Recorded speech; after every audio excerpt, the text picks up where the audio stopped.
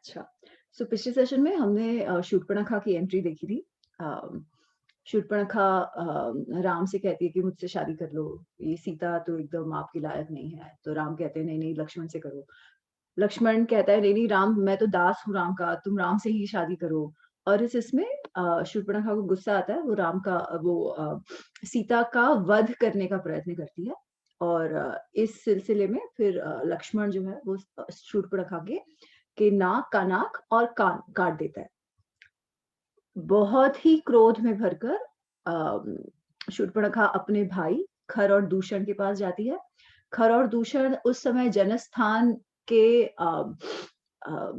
रावण के लिए जनस्थान का ध्यान रख रहे होते हैं।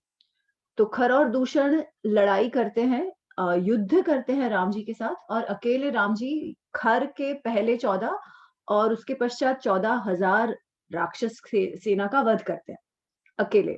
और लक्ष्मण जो है वो सीता जी का ध्यान रखने के लिए अलग से उनको एक गुफा में ले जाता है। तो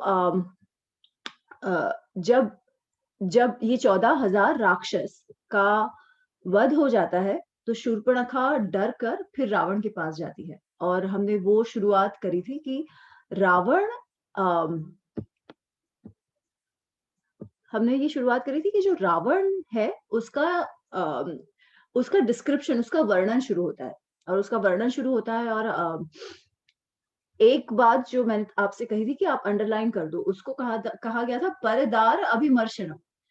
औरों के स्त्रियों का वो अपहरण करता था। और उसका एक एग्जाम्पल हमने ये भी देखा था कि जब वो वासुकी अ, नागों से जब उसका युद्ध हुआ था, तब तक्षक की बीवी को भी वो उठा लाया था। और इस तरीके से बहुत सारी स्त्रियों का उसने हरण किया था, बस अपने काम के लिए, अपने लस्ट के लिए।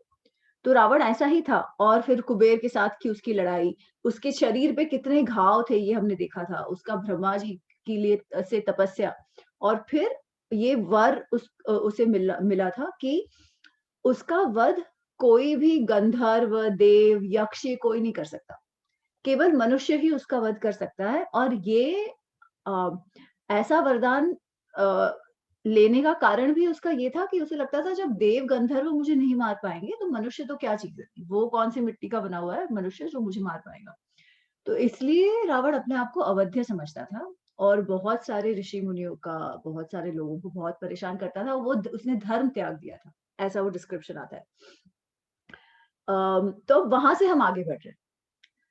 तो शूर्पणखा जब लंका में आती है और वो देखती है कि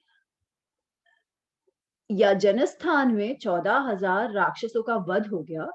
और okay, so Palak asks why Brahmaji gives multiple vardhan to Rakshas like people. You know, this is very interesting. आप अगर देवी महात्म्य की का भी देखें, तो I'm just taking a little bit of a detour. तो सारे जो राक्षस हैं, उन सभी ने बहुत तपस्या की होती है। और वो तपस्या के बाद उनको वरदान मिलता है, और उनका जो तामसी स्वभाव है, वो उसके बाद दिखने लगता है। कि परेशान करना, एकदम अपने आप को अवध्य समझना। क्योंकि होता क्या है, तपस्या करने के बाद, इतना परिश्रम करने के बाद जब आपको कोई सिद्धि मिलने लगती है ना, तो अहंकार चरम सीमा पर पहुँच जाता है। हमें लगने लगता है कि हमसे अच्छा तो कोई है ही नहीं। यू नो वो एक अ, राहुल गांधी जब शुरुआत में आया था पॉलिटिक्स में, तो उसने कहा था कि मेरी माँ कहती थी, सोनिया गांधी कहती थी कि power is poison. Now he didn't, I don't think he even understood what it meant. Actually, power is poison. We can see it in his dynasty itself. But the point is that power does corrupt. अगर हम अपने आप को invincible समझने लगे, अगर हमें लगने लगे कि हम ही सब कुछ है and nobody else can do anything to us, तो अहंकार आ जाता है। जब अहंकार बहुत ज्यादा भर जाता है, तो क्रोध बहुत आ जाता है। We start reacting because there is no consequence, right? The biggest consequence is that somebody can harm us and somebody can kill us. But जब हमें लगता है कि there will be no consequences of our action, तो हम सोचना ही बंद कर देते हैं। रजस और तपस वैसे ही ज्यादा है, वो और बढ़ जाते हैं। तो ऐसा नहीं है कि टैलेंट नहीं है, ऐसा नहीं है कि स्किल नहीं है, ऐसा नहीं है कि इंटेलिजेंस नहीं है। सब में है इंटेलिजेंस। परंतु किस टाइप की इंटेलिजेंस? हमने जब गीता किया था, तो हमने देखा था कि बुद्धि भी जो है वो 3 प्रकार की होती है। सात्विक, राजसी, तामसी। है ना? सात्विक इज़ व्हाट जो हम समझते हैं कि जो सही है उसको सही मानना, गलत है उसे गलत मानना। टू बी इंट्यूटिवली राइट, की मतलब किसी को परेशान ना करना, सत्य, धैर्य वगैरह वगैरह, देन देयर इज राजसी बुद्धि। राजसी बुद्धि को कहा गया है कि you are a little confuse, कि क्या सही है क्या गलत है ये उस समय पता नहीं चलता। ठीक है, तो वो थोड़ा सा कंफ्यूजन दिमाग में होता है। तामसी बुद्धि ये है कि जो गलत है, जो नॉर्मल सेंस में हम गलत समझते हैं, वो उसको सही समझते हैं, और जो सही है उसको गलत समझते हैं। तो वो एकदम ये उल्टा हो गया दिमाग में। और जब ऐसा हो जाता है, तब उनको कन्विंस करना भी बहुत मुश्किल हो जाता है। और ज्यादातर जो जिनको हम राक्षस कहते हैं सोटू से, वो अ, ऐसा नहीं है कि पहले से ही ऐसी बुद्धि से जन्मे थे। इट्स दैट ओवर टाइम वो अहंकार, वो राजसीपना, वो लैक ऑफ सेल्फ कंट्रोल या only sensual gratification, you know, running after the five senses, ये इतना ज्यादा उनको तामसी बना देता है, ये इतना ज्यादा निडर बना देता है। भय ना होना इज इम्पोर्टेंट, यू नो, वो कहते हैं कि जिसको भय ना हो उससे उससे आप बचो, क्योंकि उसे किसी का डर नहीं है। जब किसी को, जब when when the results, when the outcome stops mattering to you, you perform the best। यही हमने गीता में देखा है, क्योंकि outcome is not in your control। But if you start believing that the outcome is completely in your control, you have seen examples of that, and आप जो भी करो, there will be no negative consequences of it, no consequences that are against what you want। तब ऐसा होने लगता है। तो it is not as if Brahma ji ने राक्षसों को वरदान दिया है, it is more like Brahma ji ने तो उनके परिश्रम के लिए वरदान दिया है, परंतु जब वो वरदान मिलता है तो इनका राक्षसीपना और उभर कर बाहर आता है। वो राक्षसीपना और शायद पैदा हो जाता है उनमें, जब हम पावर को समझ ना पाए, पावर को हैंडल ना कर पाए, पावर विदाउट रिस्पॉन्सिबिलिटी आने लगे, सो टू से।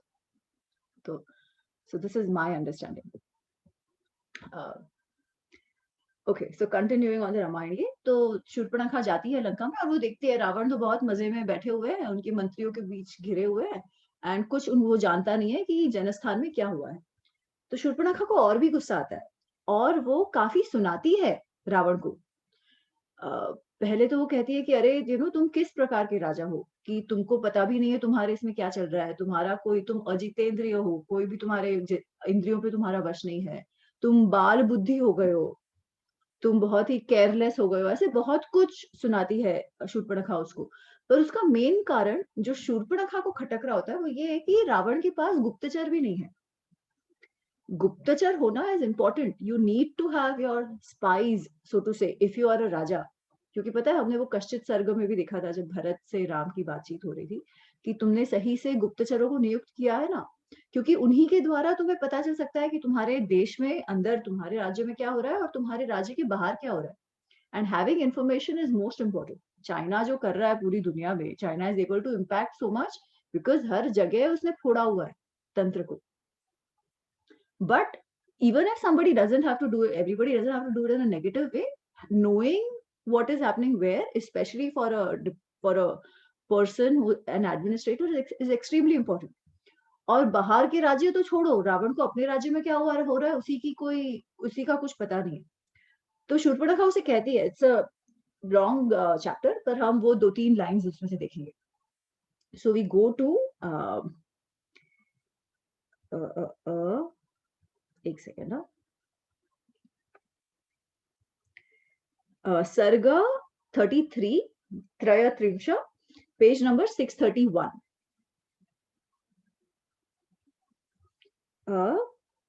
श्लोक नंबर 8। तो बहुत कुछ सुना रही है उसमें। देन इवेंचुअली शी सेज, त्वं तु बाल स्वभावश्च बुद्धिहीनश्च राक्षस ज्ञातव्यम तन्न जानीषे कथम राजा भविष्यसि। वो कहती है, तुम तो बाल स्वभाव हो, बाल बुद्धि तुम्हारी हो गई है, बुद्धिहीन राक्षस हो गए हो तुम, क्योंकि वो उसका भाई है ना, तो भाई को वो ऐसे कह पाती है। ज्ञातव्यम तन्न जानीषे, जो जानने लायक है वो तुम जानते नहीं हो, तो किस प्रकार के राजा तुम हो कि तुमको जो जानने लायक बात है वही नहीं पता है। येषां चाराश्च कोशश्च नयश्च जयतां वर अस्वाधीना न नरेन्द्राणां प्राकृतैस्ते जनय समाः।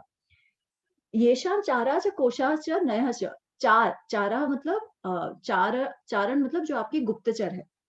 तो वो कह रही है, राजा के लिए, अच्छे राजा के लिए, राज्य स्थापित रखने के लिए 3 वस्तुएं आवश्यक है, 3 बातें आवश्यक है। एक तो है सही से गुप्तचर होना, you have that kind of spy network. कोश we all know, treasury, to have the right kind, to have full treasury. तो फिनेंस, इकोनॉमिक्स, ट्रेजरी पे आपका फुल कंट्रोल होना। और नया नया is diplomacy, diplomacy, administrative skills, whatever. तो ये तीन बात एक एडमिनिस्ट्रेटर के लिए, एक राजा के लिए अत्यंत उपयोगी है। उपयोगी से भी ज्यादा बहुत ही पिवटल है। ये तीन तो उसके कंट्रोल में ही होने चाहिए, ऐसा भी नहीं कि किसी मंत्री की कंट्रोल में है। He needs to have full control, full insight into spy network, into his finances, treasury, and into the diplomacy of it, internal as well as external. तो शूर्पणखा कहती है, और जो राजा ये नहीं कर पाता वो अस्वाधीन हो जाता है। बेसिकली उसका कोई कंट्रोल नहीं रहता, ही डजंट स्टे इंडिपेंडेंट। जो अगर आज के मतलब 100 वर्ष पहले के इसमें देखें, तो अगर आपका इन तीनों पे कंट्रोल नहीं है तो यू विल बी कॉलोनाइज्ड। कोई इंपीरियल पावर आके आपको कॉलोनी बना देगा, जो हमने देखा है बहुत सारे देशों के साथ हुआ था। आज भी देखो, आज भी whoever has the power, yeah, we know that a lot of money China से आता है, that goes into the spy network, into diplomacy, soft power, इन सब की हम बात करते हैं। So every country tries its best कि इन तीनों को अपने कंट्रोल में रखे and do better on those terms. The one who manages to do it, who has the power to do it, obviously becomes, decides or defines what is the future or the present of the current state of affairs. तो यही शूर्पणखा भी बताती है, और वो कहती है कि यस्मात् पश्यन्ति दूरस्थान सर्वान् अर्थान् नराधिपः चारेण तस्मात् उच्यन्ते राजानो दीर्घचक्षुषु। तो वो कहती है कि कोई भी दीर्घचक्षु, कोई भी लॉन्ग टर्म समझने वाला, कोई जिसी को भी डीप अंडरस्टैंडिंग वाला जो भी कोई राजा है, दीर्घचक्षु है, जो फ्यूचर का देख सकता है, विजनरी जो राजा है, वो क्या करता है, उसका स्पाई नेटवर्क बहुत स्ट्रांग है। और उच्च स्पाई नेटवर्क के द्वारा ही जो दूर दूर की वस्तुएं हैं, अब राज्य के हर एक जगह तो राजा स्वयं से नहीं जा सकता, तो वो जो दूर की वस्तुएं हैं, जो दूर क्या चल रहा है, वो लंका यहाँ पे है, जनस्थान जो है वो मुंबई, वो नासिक एरिया में, महाराष्ट्र में करंट। तो इतना दूर का सब जो है वो चारणों के द्वारा, वो अपने स्पाई नेटवर्क के द्वारा पता करता है। एंड शी सेज, तुमने तो ये कुछ नहीं किया, तुमने तो सही के स्पाई नेटवर्क भी नहीं किया, तो तुम्हारा तो विनाश होना है, ऐसा मुझे लगता है। तो रावण कहता है कि अरे ऐसे क्यों कह रही हो तुम, इतना मतलब ऐसा क्या हो गया कि तुम्हें इतना गुस्सा आ रहा है और तुम मुझे ऐसी बातें सुना रही हो। तो शूर्पणखा से, देखो तुमको कुछ नहीं मालूम, जनस्थान में तुम्हारे भाई, मेरे जो भाई हैं खरदूषण, और 14,000 राक्षस जो तुम्हारे लिए काम कर रहे थे, उनका विनाश हो गया है। राम नामक एक वहां पे अयोध्या का राजकुमार है जो तपस्वी रूप में है, और उसने इन सबका खात्मा बुला दिया, और तुमको यहाँ पता भी नहीं चला। और फिर वो राम का बहुत प्रशंसा करती है, जो हमने बाकी इसमें भी देखा है कि वो दिखने में भी बहुत सुंदर है, बहुत ही शक्ति है, कामदेव रूप है उनका। उनके बाण जब चलते हैं तो सर्पों की तरह तीखे होते हैं, वो कोई किसी को जिंदा नहीं छोड़ते। और वो ये भी बताती है कि खरदूषण और उनकी जो राक्षस सेना थी, वो तो रथ से युद्ध कर रहे थे, ये तो अकेले थे, पैदल थे, फिर भी सबका खात्मा बुला दिया। तो ये पहले तो वो राम का बहुत सारा बखान करती है, बहुत उनकी प्रशंसा करती है। और फिर कहती है कि उनका एक भाई है लक्ष्मण, जो भी उनके जैसा है, बहुत ही शक्तिशाली है, बहुत ही सुंदर है। और राम की एक भार्या है, की पत्नी है सीता, और सीता भी बहुत ही सुंदर है। अच्छा, तो हम जब जब शूर्पणखा की एंट्री होती है और वो राम से कहती है कि अरे सीता तुम्हारे लायक नहीं है, तुम मुझसे शादी कर लो, तब वो सीता को कहती है कि अरे ये तो कुरूप है, बिल्कुल ही सही से उसका विकृत रूप है इसका, ये आपके लायक नहीं है। पर अब शूर्पणखा जब रावण को डिस्क्राइब कर रही है सीता, तभी आप देखिए वो क्या कहती है। ठीक है, so then we go to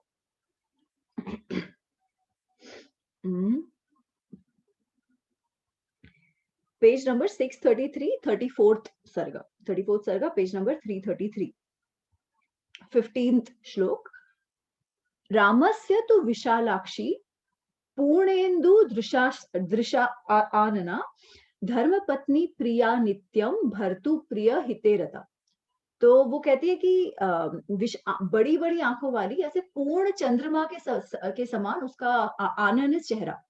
ठीक है, तो आननित फेस, तो पूर्ण चंद्रमा के जैसा उसका चेहरा है। विशालाक्षी है, अक्ष मतलब आंखें, विशाल मतलब बड़ी बड़ी बड़ी आंखों वाली है राम की पत्नी, जो हमेशा भर्तु मतलब पति के हित के लिए काम करती रहती है, हमेशा उसमें कार्यरत है भर्तु के हित के लिए, पति के हित के लिए। फिर वो कुछ-कुछ और सब एग्ज़ाम्पल्स देती है कि मतलब उसकी फिज़िकल ब्यूटी डिस्क्राइब करती है। फिर 18th श्लोक शी सेज नैव देवीं न गांधर्वी न यक्षी न किन्नरी तथा रूपा मया नारी दृष्ट पूर्वा महितले। मही इज धरती। तो वो कहती है कि मैंने धरती पर ना कोई देवी कि कोई देवी हो, कोई गंधर्व गंधर्व की स्त्री हो, कोई यक्षी हो, कोई किन्नरी हो, मनुष्य तो छोड़ो, मैंने इनको किसी को भी उसके जितना सुंदर नहीं देखा है इस धरती पर, वो इतनी ज्यादा सुंदर है। फिर वो कहती है यस्य सीता भवेत भार्या यम च हृष्टा परिष्वजे अभिजीवेत सु सर्वेषु लोकेषु अपि पुरंदरात। वो कहती है यस्य सीता भवेत भार्या, ये सीता जिसकी भार्या बनेगी, ये सीता जिसकी पत्नी बनेगी, और वो जो रिश्ता परिष्वजेत, जो सीता का आलिंगन करेगा, जो सीता को हक कर पाएगा, वो तो उसके जैसा तो कोई नर ही नहीं होगा दुनिया में। इंद्र को भी वो सुख नहीं मिलेगा। पुरंदर मतलब इंद्र, तो वो तो इंद्र से भी ज्यादा महान हो जाएगा जो सीता को अपनी पत्नी बना के उसका आलिंगन कर पाता। वो ऐसे कहती है। फिर वो कहती है आगे जाके सा सुशीला वपुः श्लाघ्या रूपेण अप्रतिमा भुवि तव अनुरूपा भार्या सा त्वं च तस्या पतिवरः। तो वो कहती है इतनी सुंदर जो स्त्री है वो तो केवल जिसका वपु श्लाघ्या, वपु मतलब शरीर, जिसका हर एक अंग प्रशंसनीय है, इतनी सुंदर जो स्त्री है, जो एकदम अप्रतिम जिसका रूप है, वो भार्या केवल तुम्हारे अनुरूप है। तव अनुरूपा भार्या सा त्वं च तस्या पतिवरः। तो तुम ही उसके पति के लायक हो और वो तुम्हारे पत्नी बनने के अनुरूप है। और फिर कहती है कि इसलिए तुम उसको पाने का प्रयत्न करो। और मैं तुमसे कहती हूँ कि तुम जब सीता को देखोगे ना तो तुम मन मथा जाओगे, कामदेव से मन मथा जाओगे, कि तुम इतने अट्रैक्ट हो जाओगे, तुम इतना लस्ट करोगे एक बार तुमसे देखोगे कि पूछो मत। तो तुम ये प्रयत्न करो कि वो तुम्हारी भार्या बने। ऐसा शूर्पणखा कहती है रावण से। और फिर वो सब कहाँ गया, एक सेकेंड ना। हाँ, फिर वो कहती है डायरेक्टली नेक्स्ट श्लोक भार्यार्थे तु तव तव आने तु उद्यताम अहम वरानना विरूपिताम अस्मि क्रूरेण लक्ष्मेण महाभुज। तो वो कहती है कि ये जो स्त्री है वो तो तुम्हारी ही भार्या बनने के लायक है और तुम्हें उसका प्रयत्न करना चाहिए। पर उसके पहले वो कहती है और एक्चुअली मैंने तो वो प्रयत्न किया। मैंने क्या कहा, मैंने भार्यार्थे तु तव आने तुम उद्यताम अहम, तुम्हारे लिए वो भार्या ले आऊं, उसका उद्यत, मैं उसके लिए उद्यत हुई। मैंने ये प्रयत्न किया कि मैं ऐसी भार्या तुम्हारे लिए ले आऊं। और मैं जब सीता को तुम्हारे लिए लाने गई तब लक्ष्मण ने मुझे क्रूर बना दिया, मुझे विकृत बना दिया, मेरा नाक और कान काट दिया। तो अब वो सीधे सीधे झूठ बोल रही है शूर्पणखा। ठीक है, पहले तो वो ये कहती है कि तुम्हें कुछ मालूम नहीं ये वो, तो वो उसको चैलेंज करती है। फिर कहती है कि इतना पावरफुल कोई है बंदा जो अकेले हाथों तुम्हारी राक्षस सेना का खात्मा कर रहा है। फिर वो उसमें डिजायर जगाती है कि उसकी इतनी सुंदर पत्नी है जिसको तो मैं तुम्हारे लिए लाने वाली थी, वो तुम्हारी भार्या बनने के लायक है, मैं तुम्हारे लिए लाने वाली थी। और मैं जब ये करने गई, मेरा तो इतना अच्छा भाव था, तब इन्होंने मेरा नाक और कान काट दिया। तो अब बेसिकली उसने क्या, she laid out a case saying that Ravan should do something for his own self more than anybody. कि ऐसा कोई है जो राम नामक बंदा जो चैलेंज कर रहा है रावण को, इतनी सुंदर है, पत्नी है जिसकी, तो Ravan should go and get her. और रावण का तो स्वभाव ही है जो हमने देखा है, परदार मर्शिना अभिमर्शिना, कि कोई भी अच्छी स्त्री हो तो ही वांट्स हर, उस किस्म का। तो this is what Shurpanakha says and she says अभी आप प्रयत्न करो कि somehow get her and also take revenge on this fellow called Ram, जिसने आपकी सेना का वध कर दिया है। अच्छा, नाउ मुझे एक बात इसमें इस बार पे इस पॉइंट पे एक बात कहनी है टू, और rather I want to draw your attention to it. Generally जब रामायण की बात आती है तो जस्ट वन सेकंड, तो लोग कहते हैं कि राम इज वेरी मिसोजाइनिस्ट, या रामायण इटसेल्फ में स्त्रियों का कोई महत्व नहीं है, यू नो। और उस सबका एग्जाम्पल वो लोग देते हैं कि सीता का की अग्नि परीक्षा, ठीक है, that's where it comes to eventually.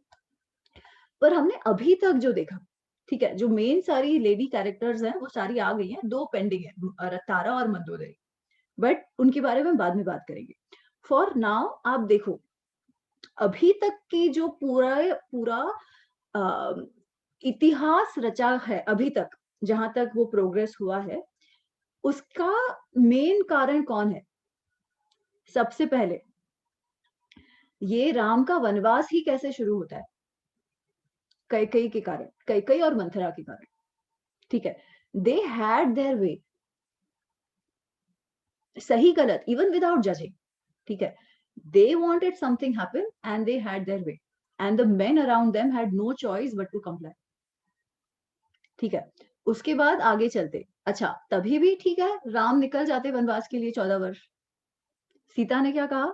कुछ भी हो जाए मैं तो साथ ही चलूंगी, आपके बिना तो मैं रहूंगी ही नहीं, डजेंट मैटर कहां पे भी जा रहे हो। अब ये तो वो भी जानती थी ना कि अगर वो साथ जाएगी तो राम के लिए थोड़ा सा डिफिकल्ट तो होने ही वाला है। अगेन, अच्छा बुरा इज नॉट द थिंग, उसने तो अच्छे भाव से कहा था कि मैं अपने पति के साथ जाऊंगी, बट ऑफ कोर्स उसकी रक्षा करना, ये करना, वो राम को करना था, ठीक है। तो अगर शायद सीता उसके साथ नहीं, उनके साथ नहीं जाती, तो भी कदाचित हिस्ट्री अलग होती, but she insisted, so it was her choice कि मुझे आगे जाना है, मुझे आपके साथ जाना ही जाना है। तीसरी Shurpanakha, so again all powerful women, right? Shurpanakha भी desires Ram, desires Lakshman, she goes tells them अच्छे से। जब she can't have her way, she tries to kill Sita. When that doesn't happen and when she is punished for it, वो क्या करती है? जाके झूठ बोलती है एंड गेट्स हर वे। तो यू सी, रामायण हुआ ही स्त्रियों के कारण है, इन अ वे, पूरा ये जो हो रहा है ना। नोबडी इज डूइंग, राम अपने मन से उठ के राक्षसों का वध करने नहीं गए थे, सब कुछ होता ऐसे गया, और इन सब में pivotal decision makers were women, या pivotal direction given were all women. हाँ शिल्पा। one viewpoint ये भी हो सकता है, it's an inability of men to think it correctly, think it right with clarity. Okay, so now this could be, पर अगर ऐसा हुआ होता तो we would have said, देखो, ladies just don't have their way, they don't have a say, they have to toe the line of what men have said, then we could have said it that way as well, है ना, कि अरे देखो, convince भी कर सकते थे, convince कर सकते थे, बट दैट्स द थिंग ना कि आप अगर शास्त्रों में देखो ना, तो स्त्री को एक स्त्री बुद्धि कहते हैं। तो स्त्री बुद्धि ऐसी होती है, थोड़ी सी चंचल और थोड़ी सी हठी, कि उनको यहाँ मैं जोड़ना चाहूंगी अमी जी, हाँ, कि आप इस रामायण और महाभारत भी आपने पढ़ा, मैं उसमें नहीं जुड़ पाई थी, लेकिन थोड़ा बहुत इधर उधर से पढ़ा है, तो ये वहां भी स्त्रियों का ही बड़ी भूमिका है महाभारत होने में भी। और जितना भी इतिहास है आप उठाकर देख लीजिए, वहां पर जो मुख्य जो कारण बनता है ना, देखा जाता है, या तो भूमि या तो स्त्री, दूसरा कोई कारण नहीं। जर जोरू जमीन एकदम। अब मैं शिल्पा जी से वो जो अभी कह रही थी ना कि मेन का अपना कोई ये नहीं, ऐसा मुझे जितना समझ में आया है, शास्त्रों की बात जब हम करते हैं तो वहां मंत्रणा के लिए, मंत्रणा मतलब विचार विमर्श, स्त्रियों को भी समान अधिकार दिया जाता था, उन्हें समान भाव से उनकी राय, उनका विचार लिया जाता था।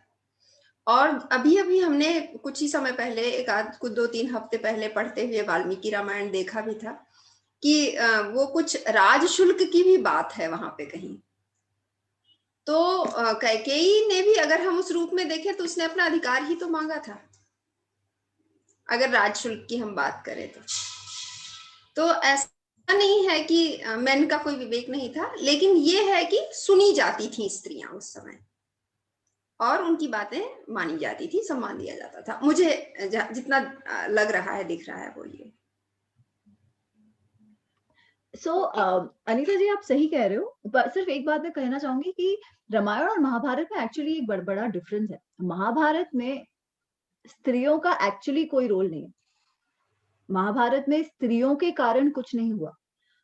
The women were very strong and powerful, and they played along, and they supported whoever was with them, जो उनके पति हो, पुत्र हो, जो भी हो, वो उनके साथ खड़ी रही। उन्होंने, बहुत सारी स्त्रियों ने अपना धर्म पकड़ के रखा, एक कोई भी परिस्थिति हो, परंतु कारण वो नहीं थी किसी भी। नहीं, जैसे बीच में वो एक घटना आती है, मैंने इस सेंस में कहा ना कि जब वो दुर्योधन पे हंसती है हाँ, तो ये एक्चुअली द्रौपदी। महाभारत में है ही नहीं। हाँ, तो वो मैंने इसलिए हाँ, कहा ना, मैं पढ़ नहीं पाई आपके हाँ, साथ। इसलिए मैंने ये बात पॉइंट कर रही हूँ कि महाभारत में लोग कहते हैं कि महाभारत में, मतलब बी.आर. चोपड़ा की महाभारत में वो कहते हैं कि अरे अंधे का पुत्र अंधा, ऐसा कहा द्रौपदी ने। नहीं, ऐसा महाभारत में तो नहीं है। महाभारत की कोई भी मैन्युस्क्रिप्ट में नहीं है।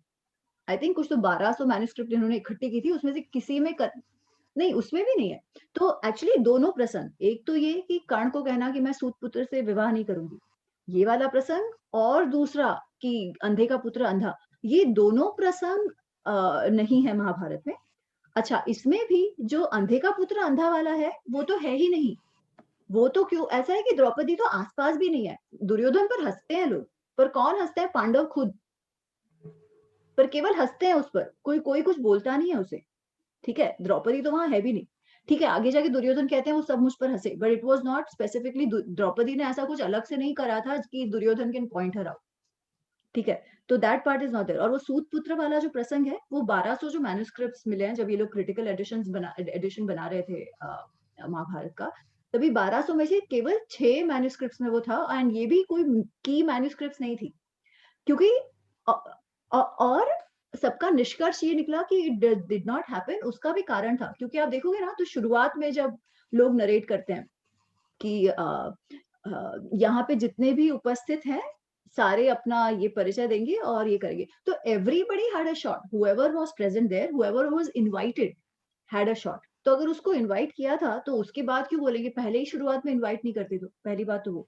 उसके अलावा जितनी भी बार नरेशंस आते हैं, तो उसमें ये आता है कि कर्ण, शल्य, फलाना ढिकाना, ये सब लोग थे, पर कोई भी वो टारगेट कैच नहीं कर पाए।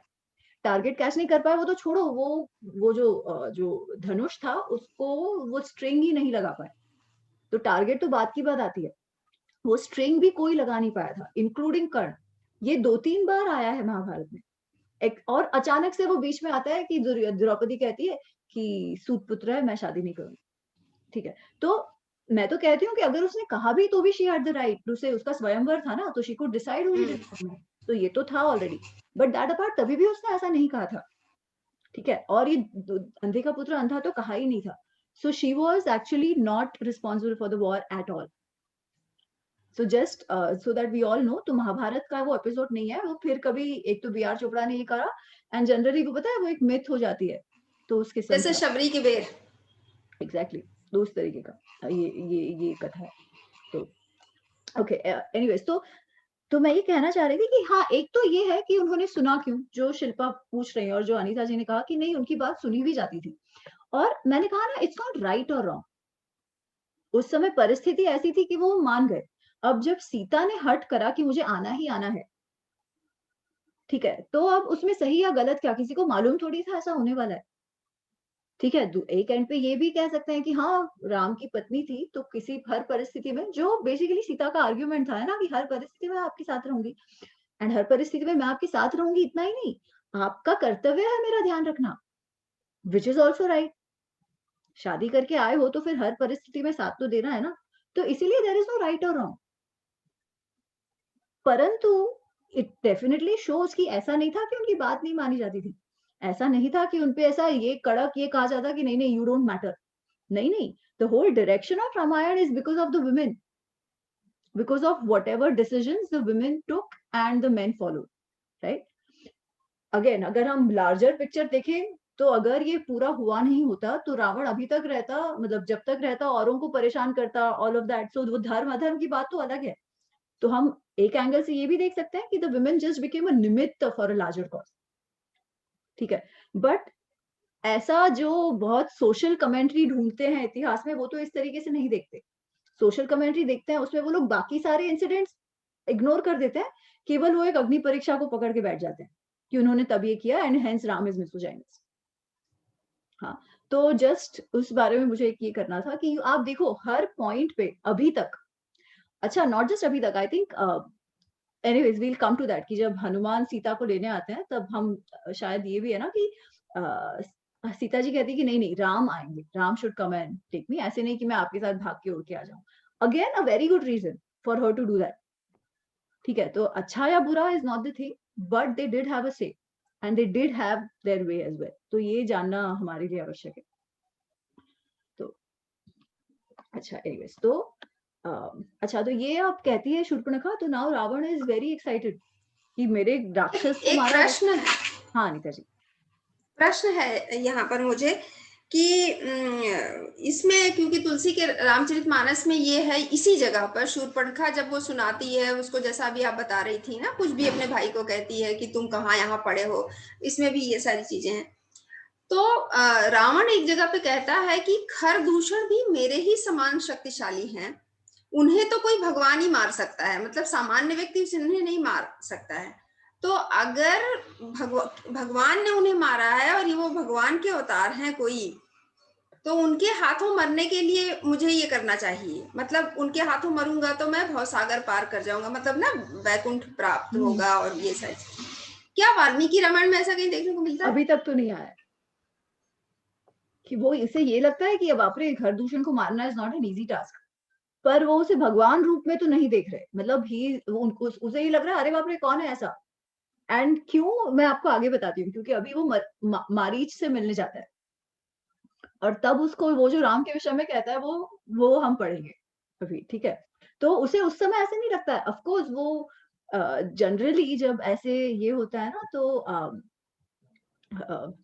एक्चुअली आप ये जो प्रसंग कह रहे हो ना, वो वाली किष्किंधा कांड में वाली और राम के बीच थोड़ा बहुत होता है, जब वो कहता है कि अरे आपके हाथों मेरी मृत्यु हो गई है। तो बट इसमें ऐसा नहीं है, in fact we'll see it right now. तो रावण जो है वो जब बहुत गुस्सा होता है और वो चाहता है कि अच्छा अब राम को मारना है। अब ये उसे समझ में आ गया है कि राम जो है उसमें शक्ति तो है ही, अगर 14,000 इसको मार रहा है, पर उसको राम से मारने से भी ज्यादा अब सीता को पाने की ज्यादा दृढ़ इच्छा हो गई है। तो वो मारीच के पास जाता है। ठीक है, अच्छा अब मारीच कौन है? मारीच भी राक्षस है, मारीच मायावी राक्षस है। और मारीच को हमने शुरुआत में देखा था जब विश्वामित्र राम और लक्ष्मण को लेने आए थे अयोध्या से, तो उन्होंने कहा था कि ये दो राक्षस है, सुबाहु और मारीच, जो मुझे बहुत परेशान करते हैं। ठीक है, तो वो जो 16 वर्ष के राम लक्ष्मण थे वो लोग विश्वामित्र जी के साथ उनके आश्रम गए थे। 6 दिन लगातार बिना सोए उन्होंने ध्यान रखा वो यज्ञ का, यज्ञ जो अनुष्ठान जिसका हुआ था, और सुबाहु और मारीच के साथ युद्ध किया।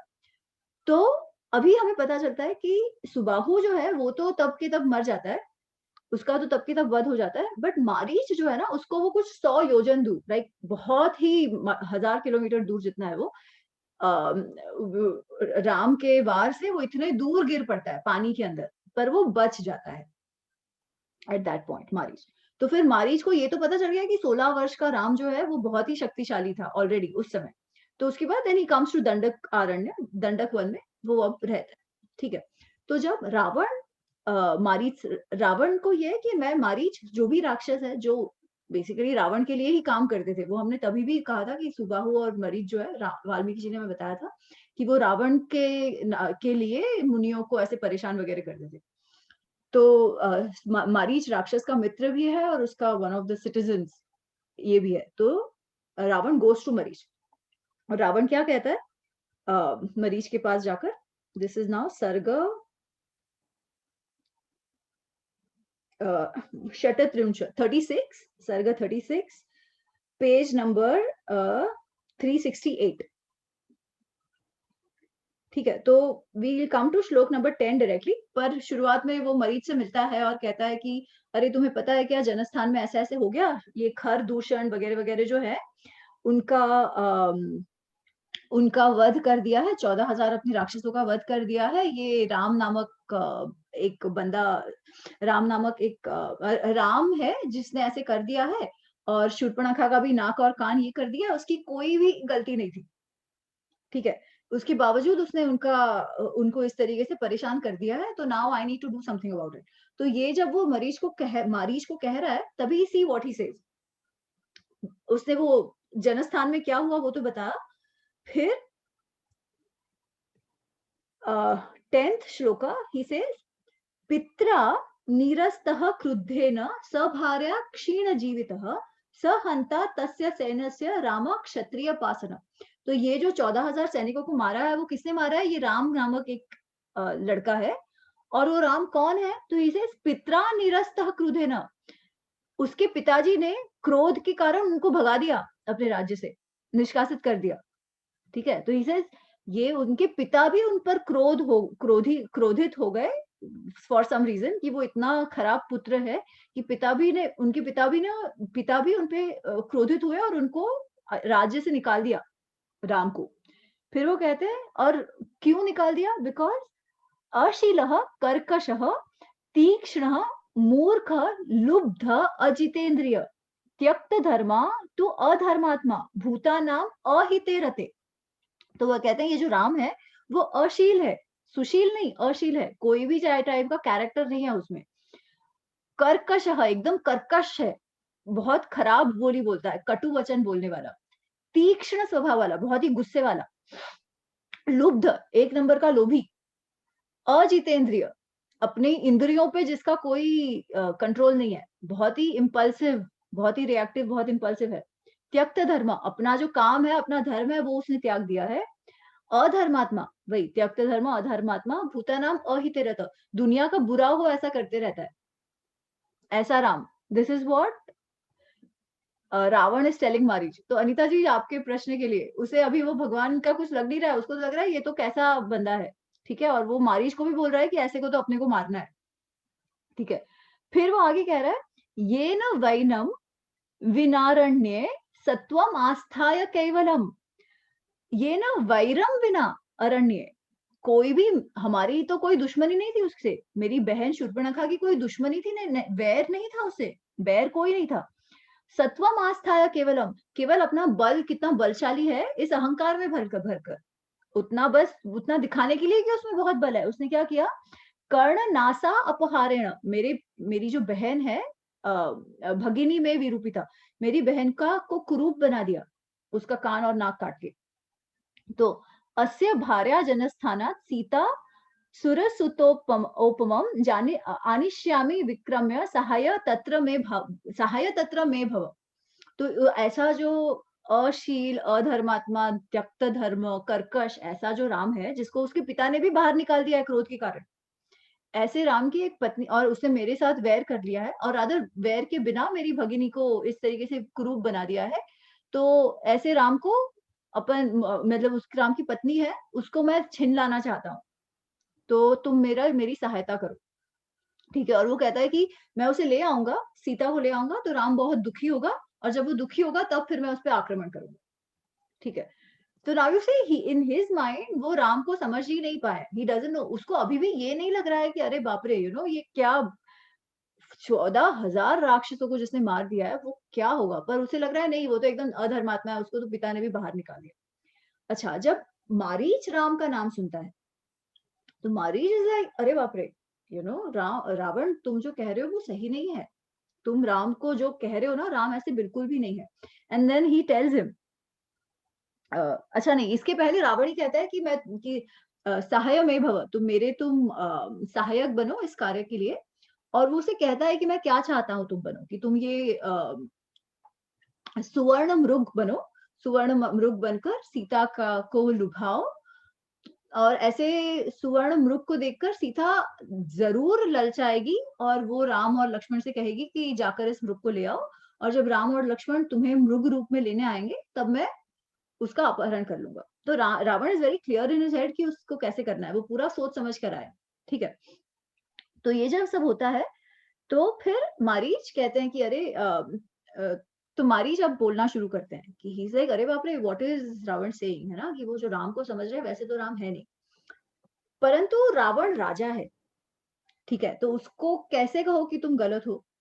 तो वो एक बहुत ही सुंदर श्लोक पहले बोलता है, और ये हमने सुना हुआ है, ये सुभाषित में बहुत यूज होता है ये श्लोक, ठीक है। So I just read it. This is सप्तत्रिंशत् 37 सर्ग, पेज नंबर 639, सेकंड श्लोक।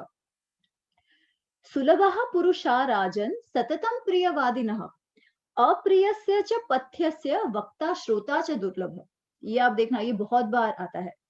सुलभः पुरुषा राजन् सततं प्रियवादिनः, हे राजा, ऐसे लोग मिलना जो सतत अच्छा ही बोलते हो, जो सतत आपका फ्लैटर करते रहे, जो सतत आपकी प्रशंसा करते रहे, ऐसे लोग तो बहुत सुलभता से मिल जाते हैं। परंतु अप्रियस्य च पथ्यस्य वक्ता श्रोता च दुर्लभ, पर ऐसे जो पथ्य, जो सही है वो बताते हैं, वो अप्रिय हो, वो बात अगर अप्रिय हो तो भी जो सही है आपके लिए वैसा जो बताते हैं, वैसे वक्ता भी दुर्लभ है और उस बात को समझ पाए ऐसे श्रोता भी दुर्लभ है। तो अप्रियस्य च पथ्यस्य, पथ्य सही, पथ्यस्य वक्ता श्रोता च दुर्लभ है। तो ये ऐसे वक्ता मिलना, ऐसे श्रोता मिलना भी दुर्लभ है। परंतु मेरा, क्योंकि आप मेरे राजा हो, तो मेरा ये कर्तव्य है कि आपसे मैं पथ्य बात कहूं, तो मैं आपसे पथ्य बात कहता हूँ। एंड फिर वो आगे कहते हैं कि श्लोक 3 न नूनम बुद्ध से रामम महावीर्य गुणोत्तमम अयुक्त चारः चपलो महेंद्र वरुणोपमम। तो मरीच अब कहते हैं कि अरे अयुक्त चारो, अयुक्त चार मतलब हमने देखा था चारण मतलब स्पाइस, ठीक है। तो अयुक्त चार, अयुक्त मतलब डोंट हैव, क्योंकि तुम्हारे पास कोई स्पाइस नहीं है और तुम्हारी बुद्धि थोड़ी सी इंपल्सिव है, चंचल है, इसलिए तुम ये नहीं जानते कि राम के गुण क्या है। तुमने जो कहा वो सही नहीं है। राम जो है महावीर्य गुणोत्तम, गुणों में सबसे, वो गुणियों में सबसे उत्तम है और महावीर्य है, बहुत ही पराक्रमी है। ऐसे है राम। न नूनम बुद्ध से राम, बुद्ध से नहीं जानते, तुम नहीं जान पाए हो राम को। राम महावीर्य गुण उत्पन्न है, और क्यों नहीं जान पाए हो? क्योंकि एक तो तुम चंचल बुद्धि वाले हो और तुमने अपने पास अपना स्पाई नेटवर्क भी नहीं रखा है। अगर रखा हो तो तुम्हें पता चलता कि सच क्या है।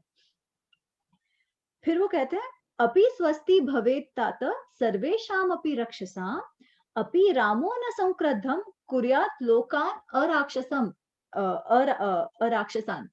सो ही सेज अपि स्वस्ति भवेत राजन, अगर राजा तुम अपना स्वस्ति चाहते हो, अगर अपना सुख मंगल चाहते हो, और केवल अपना नहीं, तुम्हारी जो राक्षस है, तुम्हारी जो राज्य है, जो तुम्हारे राक्षस गण है, उन सब का स्वस्ति चाहते हो, तो राम से क्रोध मत करो, या राम को क्रोधित मत करो, उससे बैर मत लो, ठीक है।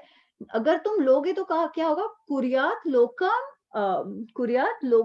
लोकान और राक्षसान, तुम इस लोक को राक्षस विहीन कर दोगे अगर तुम राम को क्रोधित करोगे तो, ठीक है। तो अपना अपना भला चाहते हो तो राम को क्रोधित मत करो, और अपना और राक्षसों का भला चाहते हो तो राम को क्रोधित मत करो। अपि ते जीवितांताय नो उत्पन्न जनकात्मजा अपि सीता निमित्तम च न भवेत् व्यसनम महत्।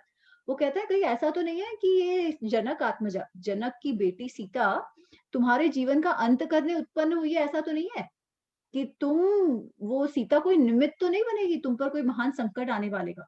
तो वो बेसिकली उसे आगे भी बहुत सारा वो कहता है कि तुम इस पचड़े में मत पड़ो, सीता के लिए, सीता को अपहरण करना वगैरह वगैरह, राम से बैर करना, ये सब तुम मत करो, ये तुम्हारे मन में जो विचार है उसे तुम त्याग दो, ये कहता है मारीच। फिर वो आगे बताते हैं कि तुमने जो कहा कि उसके पिता ने गुस्से में आके उसको बाहर निकाल दिया, ऐसा कुछ नहीं है। ही से श्लोक 8 न च पित्रा परित्यक्तो न नामर्याद न न अमर्यादः कथंचन न लुब्धो न च दुःशीलो न च क्षत्रिय पासनः। तो क्षत्रिय पासन मतलब क्षत्रियों पे कलंक। तो एक्चुअली जो जब रावण कह रहा होता है कि ऐसा सब है, वो क्षत्रिय पर कलंक है राम, तो ये कहते हैं नहीं नहीं, वो राम कोई क्षत्रिय पे कलंक नहीं है, और ना ही पिता ने उसे स्वयं से सामने से निष्कासित कर दिया है, ना ही वो मतलब न अमर्याद मतलब वो मर्यादा लांघे ऐसे पुरुष नहीं है, लोभी नहीं है, अधर्मात्मा नहीं है, जो तुम कह रहे हो अशील ऐसे नहीं है, बहुत स्ट्रॉन्ग कैरेक्टर वाले है, एक्सेट्रा एक्सेट्रा। तो वो बहुत रावण की प्रशंसा करते हैं, सॉरी वो राम की बहुत सारी प्रशंसा करते हैं और कहते हैं कि नहीं नहीं, तुम जो समझ रहे हो वैसा नहीं है। इनफैक्ट राम जो है वो उससे एकदम विपरीत है। उन्होंने स्वयं अयोध्या छोड़ा, क्योंकि उन्होंने देखा कि कैकेयी के कारण ये बंध गए थे।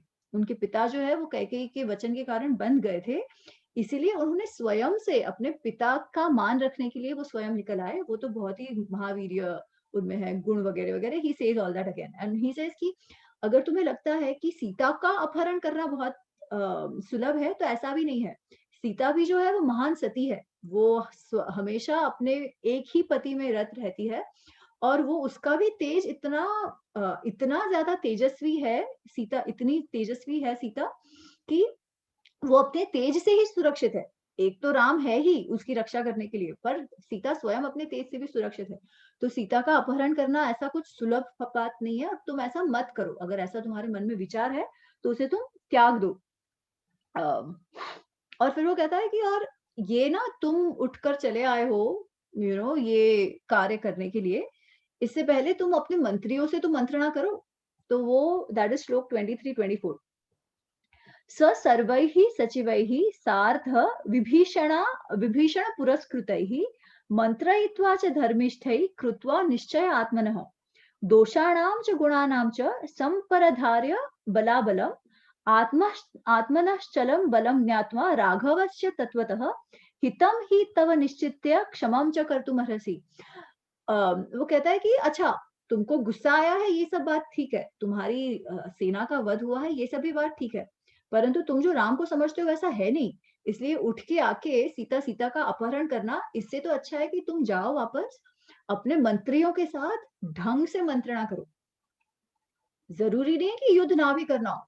तुम्हें लगे तो शायद युद्ध कर भी दो, बट इस तरीके से ना करो। तुम जाओ, भीषण आदि तुम्हारे जो मंत्री है, अमात्य है, उनके साथ बैठो। अपने बलाबलम अपना वो जो स्वॉट एनालिसिस हम करते हैं ना, strength, weaknesses, threats and opportunities, वैसा स्वॉट एनालिसिस कर लो। तो वो कहता है संप्रधार्य बलाबलम आत्मनश्च बलम ज्ञात्वा राघवस्य तत्वतः। अपना और राम का तत्वतः ऑब्जेक्टिवली, अपना भी और राम के भी बलाबलम, स्ट्रेंथ और वीकनेसेस की ऑब्जेक्टिवली एनालिसिस करो पहले। उसके बाद निश्चय करो कि तुम्हें करना क्या है इस परिस्थिति में। ठीक है, तो ये मारीच कहते हैं रावण को। और मारीच से इसकी मैं ऐसे हवा में बात नहीं कर रहा हूँ, ये मैं अपना स्वयं अनुभव तुमको बता रहा हूँ। जो मैं राम के बारे में कह रहा हूँ, ये मेरा स्वयं अनुभव है, मैं कहीं सुनी बात नहीं कह रहा हूँ। फिर वो रावण को जो विश्वामित्र के आश्रम में जो घटित हुई है घटना, उसके बारे में कहते हैं कि हमको तो लगा था ये 16 वर्ष का बच्चा क्या कर लेगा, परंतु उसने अकेले ने हम सुबाहु और मुझे बहुत ही ताड़ित किया, और इतने हद तक कि मैं इतने दूर जाकर पड़ा और ऐसे बाल-बाल बचा हूँ मैं। तो तब तो मैं उनके हाथ से बच गया। तो वो 16 वर्ष के थे, तभी भी इतने शक्तिशाली थे, तभी महापराक्रमी तभी भी थे। और उसके पश्चात उसने कहा कि तब तो मैं बच गया। फिर मैं दंडक अरण्य में, दंडक वन में आके रहने लगा। और जैसे हम लोग करते हैं, कितने ऋषि मुनियों को परेशान करते हैं, उनका मांस खाते हैं हम, तो वो मांस भक्षी, नर मांस भक्षी लोग थे। तो हम ये सब करते थे, जो हम पहले करते थे वो ही, क्योंकि हमको तो पता नहीं था यहाँ कौन है। और फिर हमने ये 2 तपस्वियों को देखा था, तो हमें लगा था अब तो ये तपस्या वाले 2 लड़के हैं, ये क्या ही कर लेंगे। परंतु तब भी जब मैं अपने और मित्रों के साथ वन में गया और ऐसा कुछ हुआ, क्योंकि हम तो जानते हैं ना कि बहुत सारे ऋषि जो थे वो राम के पास आए थे कि आप हमारी रक्षा करें। और जो 11 वर्ष वो रहे थे अलग-अलग ऋषि मुनियों के आश्रम में, तब रामायण में इतना डिटेल में दिया नहीं है, बट कारण तो यही था कि वो रक्षा कर रहे थे सबकी अ, और अपना वनवास भी काट रहे थे। तो वो कहता है कि उन्होंने तभी भी हम पर आक्रमण किया था, और तब भी मेरे बहुत सारे मित्रों ने जीवन त्याग दिया था, उनका वध हो गया था राम के हाथों, परंतु तब भी मैं बाल-बाल बचा। फिर मैंने निश्चय कर लिया कि मैं राम का सामना अब नहीं करूँगा, जहाँ राम है वहाँ तो मैं जाऊँगा ही नहीं, मुझे उनके नाम से डर लगता है। जो Marich says and he says अगर अगर इस बार मैं तुम्हारी सहायता करता हूँ, तो ये निश्चित है कि इस बार तो मैं मरूँगा ही मरूँगा। क्योंकि मुझे राम का सामना करने की हिम्मत ही नहीं है। मुझे बहुत ही ज़्यादा उनके नाम से भी कंपन होता है। तो ऐसे मरीच उसे कहते हैं। फिर आगे ही से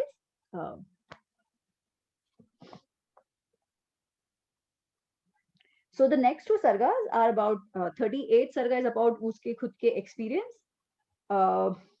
फिर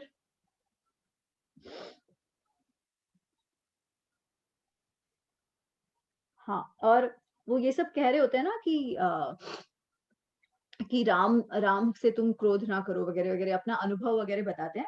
और फिर वो उसे ये भी बात कहते हैं, ठीक है, अच्छा मारीच भी राक्षस है, और कई बार ये कहते हैं कि अरे विक्टर्स राइट हिस्ट्री, तो उनके लोग जो जो हार गया है वहां वो सब तो अच्छा ही था, बट क्योंकि वो हार गया इसलिए उसके बारे में बुरा कहा गया है, नहीं तो जरूरी नहीं है कि वो बुरा हो। अब यहाँ पे आप देखिए, मरीच कह रहा है रावण से, परदाराभिमर्शातु ना अन्यत् पापतर महत्, प्रमादानाम सहस्राणि तव राजन परिग्रहे। ये सब तो मारीच ने ये सब तो कहा ही रावण से कि राम बहुत शक्तिशाली है और मेरा अनुभव फलाना ठिकाना, ये सब तो उन्होंने कहा कि मुझे डर लगता है उनसे। पर वो आगे ये भी कहते हैं, परदारात अभिमर्शनात्, किसी और की पत्नी को इस तरीके से अपहरण करके ले जाना, इससे बड़ा पाप तो कोई है ही नहीं। परदारा अभिमर्शात तू न अन्यत पापतरम महत, न अन्यत पापतरम महत, इससे बड़ा पाप तो कोई है ही नहीं। और तुम्हारे घर तो ऑलरेडी इतनी सारी स्त्रियां हैं, अगर तुम चाहते हो, तुम्हारा इतना यू ओवरकम विथ लस्ट, तो वो लस्ट को सेटिस्फाई करने के लिए तो तुम्हारे घर पे वैसे ही इतनी सारी स्त्रियां हैं, उनके पास तुम जाओ, इसमें मत पड़ो, क्योंकि ये तो बहुत पाप का भी कारण है। तो आप देखो, वैल्यू सिस्टम ऐसा नहीं है कि अलग है, ऐसा नहीं है कि राक्षसों को लगता है कि नहीं नहीं पर्दा दूसरे स्त्रियों को करना सही बात है, नहीं नहीं, वो करते हैं, वो एक चीज है, बट उनको ये तो पता है कि ये काम अच्छा नहीं है। और उसमें भी सारे एक जैसा थे ऐसा भी नहीं है, वो लोग मायावी थे, वो लोग ऐसा क्रूर कार्य करते थे, बट उनमें भी वैल्यू सिस्टम था। There are certain things which even robbers don't do, उसमें this is one. And I tell you एक और एक example, we talk about respecting women and stuff. तो महाभारत में जब महाभारत युद्ध जब खत्म हो गया है और भीष्म जो वो एरोस की शैया पर लेटे हुए हैं, तब वो पूरा शांति पर्व होता है ना, जब युधिष्ठिर उनसे पूछने जाते हैं कि आप मुझे राजधर्म का उपदेश दो वगैरह वगैरह। तो उसमें कहीं तो कुछ प्रश्न है जिसके जवाब में भीष्म कहते हैं कि एक एक कार्य जो है जिससे महान कोई भी पाप नहीं है। और ये जो इवन जो डाकू लोग है ना, जो वैसे तो डाका डालते हैं सब करते हैं, वो भी ये कार्य तो नहीं करते। वो कार्य कौन सा है? किसी कुमारी कन्या को, किसी स्त्री को, जिस शादीशुदा स्त्री है उसको उठाकर ले जाकर उसका बलात्कार करना। इज लाइक ये तो इवन जो डाकू और राक्षस और ये तो उनमें भी वर्जित है ऐसा करना। तो this is such a bad thing, ये तो होना ही नहीं चाहिए किसी भी राज्य में। तो भीष्म इज सेइंग दैट। और यहाँ पे Marich who is himself a rakshas, जिसने स्वयं ने कितने सारे लोगों के साथ खराब कृत्य किए, वो भी कह रहा है कि अरे ये तो बहुत ही बड़ा पाप है, तुम इस पाप में मत पड़ो। तुमको अगर इतना ही लस्ट है तो जाओ अपने घर, इतनी सारी स्त्रियां तुम्हारी हैं, उनके साथ जाके मजे करो, ऐसा पाप मन से निकाल दो, ठीक है। फिर आगे चल के वो और भी रावण को समझाता है कि ये तुम्हें नहीं करना चाहिए। And eventually he also says कि तुम जो कह रहे हो कि बिना वैर के शूर्पणखा के साथ ये किया राम ने, और बिना वैर के तुम्हारे 14,000 सैनिक, तुम्हारे भाई खर दूषण को मारा, ये भी बात सही नहीं है, ठीक है। ही सेज श्लोक नंबर 24 पेज नंबर 645, यदि शूर्पणखा हेतुः जनस्थान गतः खर, अतिवृत्तो हतः पूर्वं रामेण अक्लिष्ट कर्मणा, यत्र भुवि यथा तत्वं को रामस्य व्यतिक्रम। वो कहता है कि अगर खर और दूषण शूर्पणखा का बदला लेने के लिए गए हैं युद्ध करने, ठीक है, वो लोग तो युद्ध करने गए हैं राम के साथ, तो अगर युद्ध में राम उनको मार देता है तो उसने राम ने कौन सा गलत काम किया है? युद्ध था ना, तो yuddh is about power, whoever is more powerful will win. तो उस दृष्टि से भी उन्होंने कोई गलत काम नहीं किया। पहले तो तुम जो कह रहे हो कि राम इतने बुरे हैं, वैसे वो है नहीं।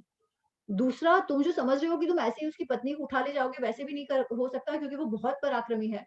तीसरा, पत्नी को उठाने का कार्य ही बहुत पापपूर्ण है। और चौथा, ये अकारण हिंसा राम ने तो की ही नहीं है।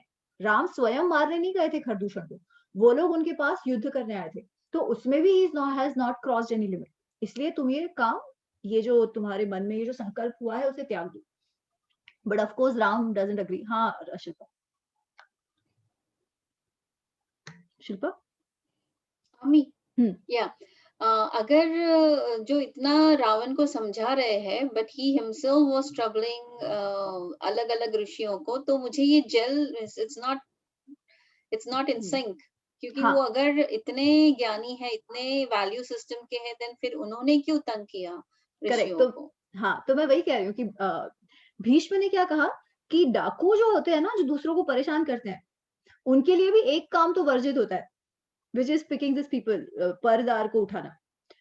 तो ये भी यही कह रहा है कि बाकी सब ठीक है, किसी को मारना, ये करना, वो करना, दैट इज ऑल ओके, पर ऐसे स्त्री को उठाकर ले जाना और उनके साथ बलात्कार करना, इतना बड़ा पाप तो और भी इतना बड़ा तो कोई पाप ही नहीं है। मतलब even robbers have ethics, that's what it says, that some things are just no go, कि आप कितने भी बुरे हो, some things are an absolute no go. This is what he's saying, कि चलो बाकी सब हम करते हैं, हमारा ये है, whatever, हम नरभक्षी हैं, blah blah blah, all that is not to say कि justified, but this is how it is. But उनमें भी तो what it tells us is that ये कार्य इतना ज्यादा बुरा था, सीता का अपहरण। You know, you see the difference.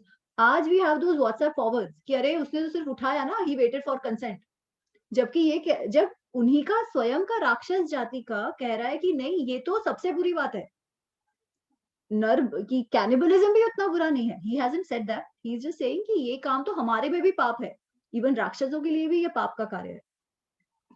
So this is what it is कि मतलब there are, you know, some एकदम beyond the मर्यादा कार्य which just cannot be done. तो so this is what Mari says, and फिर रावण तो of course नहीं सुनता है। He's like, अरे you know, कि तुम मुझे क्या कह रहे हो, you have no right to tell me like this, because राजा जो है वो तो भगवान स्वरूप होता है, तो राजा की बात तो माननी ही चाहिए। तुम ये मेरी बात नहीं मान के सही नहीं कर रहे हो। एक्चुअली अगर तुम मेरी बात नहीं मानोगे, चलेगा ही नहीं, तुम्हें मेरी बात माननी पड़ेगी, क्योंकि अगर तुम मेरी बात नहीं मानते तो मैं तुम्हारा कत्ल कर दूंगी। I will kill you right here. Okay, so it's better कि तुम मेरी सहायता करो। अमी, तो अमी, हाँ अजय। हाँ, yeah, there is a legend also to this that Ravan ने तीनों लोक पे के अधिपति बन गए थे. He had conquered all three worlds, and he was consumed by his arrogance, and जो बोलते हैं ना absolute power corrupts absolutely, he was consumed by that arrogance and power lust. तो अब वो उनकी मर्जी के बिना नहीं होगा, तो फिर he was not accustomed to a no. So that Yes. is also a perspective which is there. No, definitely. In fact, that is the perspective. You are right. I mean, he was such a ahankari कि he has lost all sense of right and wrong. The only sense he has is मुझे क्या चाहिए, मुझे क्या अच्छा लगता है, मुझे क्या चाहिए, I want it, मतलब मुझे चाहिए, that's all. And that is because of his ahankar, because he thinks he's, you know, become unconquerable, invincible. In fact, ये जो पलक ने एकदम शुरुआत में जो प्रश्न पूछा था कि ब्रह्मा जी क्यों राक्षसों को ऐसे ऐसे वरदान दे देते थे, तो तभी what we discussed exactly that. So yes, कि मतलब he couldn't hear a no, and the same thing is applied to in Marich के सिनारियो में भी कि he can't hear a no. He's like, अगर तुम मेरी बात नहीं सुनोगे तो मैं तुमको मार दूंगा, so you might as well listen. और ऐसे तुम सुवर्ण मृग बनकर सीता के पास जाओ और सीता को लुभाओ, take Ram Lakshman away, and मैं सीता को उठा लाता हूँ। तो that is exactly what happens. Maricha जो है वो मेरे मुंह पे लाइट आ रही है ना, चल रहा है।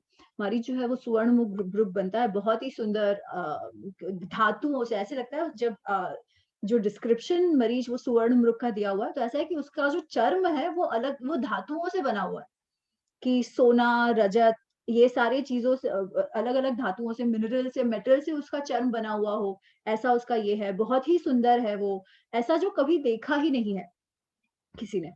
तो ये लोग जहाँ रह रहे होते हैं, तो वो आश्रम के बाहर जाता है और वो जाता है और भाग जाता है, जाता है और भाग जाता है, और ये यत्न करता है कि कहीं सीता उसे देख ले। तो कई बार ऐसे होता है, बट अभी तक सीता का ध्यान नहीं पड़ा होता है। फिर सीता बाहर निकलती है वो जो वन में थोड़ा सा फूल चुनने के लिए। तो जब फूल चुनने निकलती है तो फिर वो सुवर्ण मृग उसके सामने आता है। तो एज रावण हैड प्रेडिक्टेड, जैसे ही वो मृग को देखती है she is very excited because इतना सुंदर मृग तो उसने देखा ही नहीं है। और क्या होता है, वो तुरंत ही राम और लक्ष्मण को बुलाती है कि अरे राम लक्ष्मण आप आइए और देखिए ये इतना सुंदर मृग है, ऐसा तो हमने कभी देखा ही नहीं है, मुझे ये मृग चाहिए। ठीक है, तो राम लक्ष्मण आते हैं, वो भी आश्चर्यचकित हो जाते हैं कि अरे हाँ यार, ऐसा तो एक्चुअली कहीं मृग देखा नहीं है। परंतु लक्ष्मण बिकम्स कॉशियस। ठीक है, लक्ष्मण से and we'll see what Lakshman says.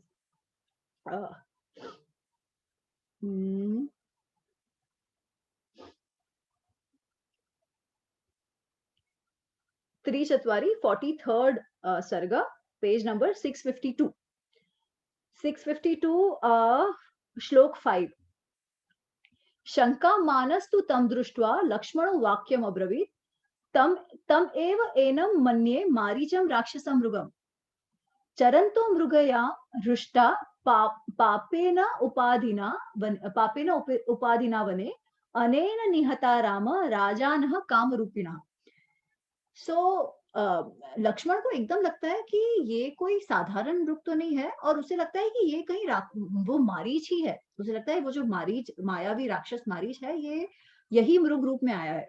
और उसे ऐसे क्यों लगता है, हमको पहले भी वो मारीच ने वो कहानी बताई थी कि जब वो वन में रह रहे थे अलग अलग मुनियों के आश्रम में, तभी भी मारीच गया था और मारीच वो ऋषियों को मारने गया था। अच्छा, so what I forgot to tell you, तभी भी मारीच ने कहा था कि मैं अलग अलग मृगों का रूप लेकर जाता था ये और ऋषियों को मारता था। तो रावण लक्ष्मण वो बात याद कर रहा है। इसे इसकी हम जानते हैं कि ये मारीच नाम का मायावी है जिसने हमें पहले भी परेशान किया हुआ है, और हमें ही नहीं, ही से अनेन निहता रामा राजन काम रूपिणा, और कितने सारे राजाओं का भी उसने वध किया है। कैसे राजा? काम रूपिणा मतलब स्वयं जो चाहे वैसा रूप धारण कर सकता है। कौन? मारीच। वो जो चाहे वैसा रूप धारण कर सकता है, वैसे मारीच ने बहुत सारे राजाओं को मारा है। राजाओं को कैसे मारा है? तो राजा जो वन में जाते होंगे शिकार करने के लिए, ऋषि मुनियों को तो उनको मारा ही है, तो वन में जो शिकार करने राजा जाते होंगे उनका भी इसने वध किया हुआ है, क्योंकि वो चाहे वो रूप धारण कर सकता है।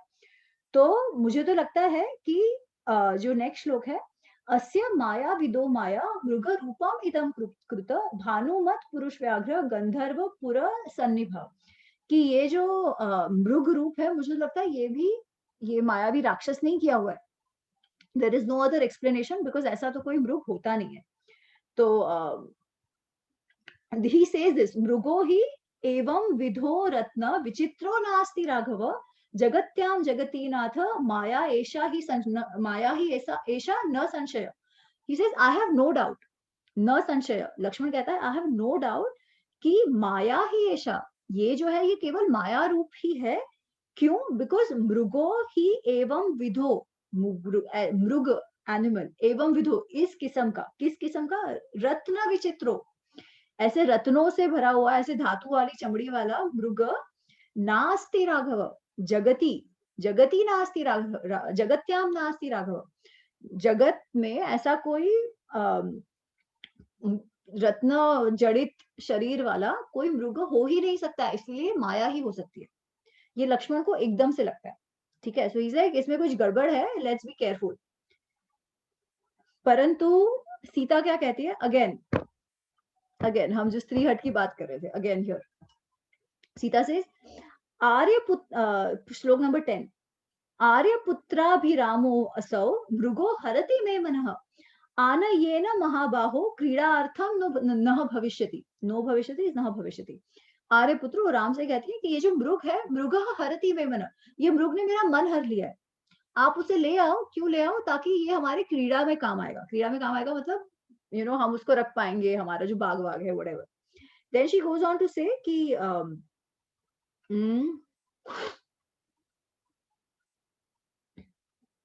I'll just say it, time नहीं है तो we don't need to see the shlokas, but basically श्लोक 15 onwards where सीता says कि मुझे इतना ये मन में भाग गया है, तो या तो आप उसे जीवित ले आओ। अगर आप उसे जीवित ले आओगे तो क्या होगा, हम जब वनवास का अंत हो जाएगा। अच्छा, now you see it's already been 12-13 years, तो अब लास्ट के कुछ ही वर्ष बचे हुए हैं।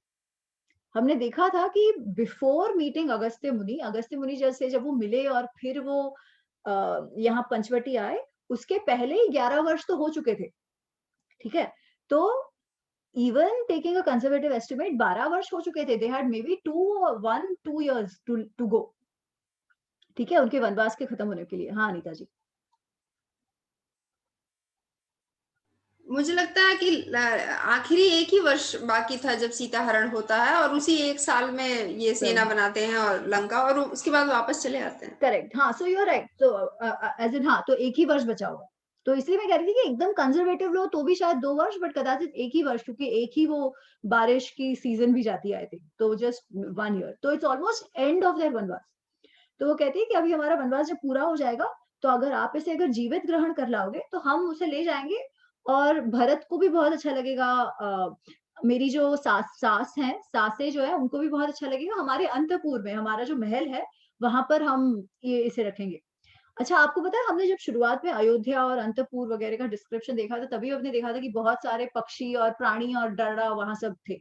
तो वो कहती है कि हम इसे भी ले जाएंगे, ऐसा तो किसी ने देखा नहीं है। अच्छा, पर अब अगर आप उसे जीवित ना ले पाओ तो भी कोई बात नहीं है। इसकी जो इतनी सुंदर चमड़ी है, इस पर मैं आपके साथ बैठना चाहती हूँ, ठीक है, सीता से, क्योंकि वो तो मृगचर्म धारण भी करते हैं। वो जो बैठते जिसपे है, जो कुशाचीर, वो घास का ही होता है, उसपे मृगचर्म डाल के बैठते हैं, तो it was common for them. तो शी इज लाइक, अगर जीवित ला पाओ तो ठीक, ना जीवित ला पाओ तो भी ठीक, मैं इतने सुंदर मृगचर्म पे आपके साथ बैठूंगी। तो और वो इतनी एक्साइटेड होके कह रही होती है कि राम के भी मन में आ जाता है कि अरे ये कितनी खुश हो रही है, तो मुझे प्रयत्न करना चाहिए ये इस मृग को लाने के लिए। पर लक्ष्मण ने तो शंका जताई है कि इसमें कोई गड़बड़ है, तो you have to be very careful. तो राम गिव्स हिम, आप देखो, राम ना कोई भी बात एक कारण से नहीं करते, he has a very strong justification, और at least he gives good enough reasons कि उन्होंने क्यों कोई कार्य करना चाहिए, ठीक है। तो ही सेज कि हाँ, ये बात तो सही है कि ऐसा मृग देखा नहीं गया है कभी, परंतु फिर भी मुझे प्रयत्न करना चाहिए इस मृग को लाने का। पहले तो सीता बहुत ही प्रसन्न हो रही है ये देखकर, ठीक है, तो सीता का मन रखने के लिए भी मुझे ही लाना चाहिए, वो चाहती है कि मैं इसके साथ इस वृक्षम पे बैठूं, एक। दूसरा, वन में बहुत सारे लोग शिकार करने आते हैं, एक तो है कि ऑफ कोर्स प्राणियों का जो मांस वगैरह होता है, शिकार खेलने आते हैं, वो तो एक चीज, परंतु वन से बहुत ज्यादा अर्थ उत्पन्न भी होते हैं, बहुत ज्यादा रिसोर्सेज भी मिलते हैं। किस किस्म के रिसोर्सेज? लकड़ी, फल फूल, ये सब तो है, पर अलग अलग धातुएं भी मिलते हैं, अलग अलग मृगचर्म भी मिलते हैं। तो even from a resource gathering perspective, it seems like a fair task to do, कि मुझे इतने सुंदर मृगचर्म मिले जो धातु जड़ थे, ठीक है। तो वो मृगया की दृष्टि से, शिकार की दृष्टि से भी ये कार्य ठीक है। और तीसरा, अगर तुम कह रहे हो कि ये मायावी राक्षस हो सकता है, तब तो और भी मुझे जाना चाहिए इसका अंत करने के लिए, क्योंकि नहीं तो ये लोगों को परेशानी करता रहेगा बारंबार। तो अगर ये मारीच है तो पहले भले अपने से बच गया हो, परंतु वापस मुझे यत्न करना चाहिए कि मैं इसका वध कर दूं। तो 3 रीजंस इसके कारण मुझे सही लग रहा है कि मुझे कार्य करना चाहिए, और मतलब सीता खुश हो ही रही है तो व्हाई नॉट, या। तो ये सोच के राम लक्ष्मण को कहते हैं कि अच्छा, तो तुम सीता को लेके एक गुफा में चले जाओ, और ये जटायु जो है, जटायु भी तुम्हारे साथ इसकी रक्षा करेंगे, जो जटायु तो आसपास ही है। मैं तब तक तुरंत जाकर मारीच का ये जो मृग है उसको लेकर आता हूँ, ठीक है। So that's that. राम जाते हैं, लक्ष्मण सीता के साथ है। एक्चुअली नहीं, वो सीता को गुफा में रखने की तो कोई बात ही नहीं है ना, वो तो अपने आश्रम में है, तो ये तुम यहाँ आश्रम में रहो सीता के साथ, गरुड़ ध्यान, वो जटायु ध्यान रख रहा है, मैं लेके आता हूँ। एंड राम गोस, और ये लोग यहाँ पर है प्रतीक्षा करते हुए कि राम अभी आएंगे। सो दिस इज व्हाट हैपेंस।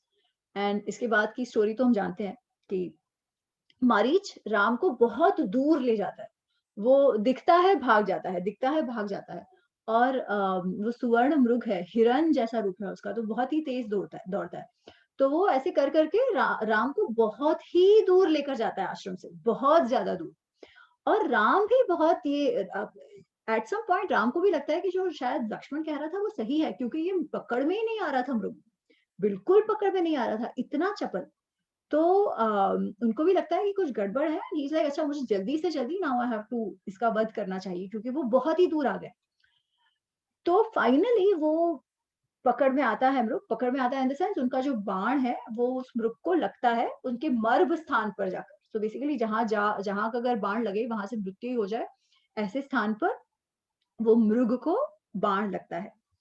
अब जब बाण लगता है उसे, तब उसकी जो माया है वो खत्म हो जाती है और वो जो उसका असली स्वरूप है वो स्वरूप वो धारण करता है।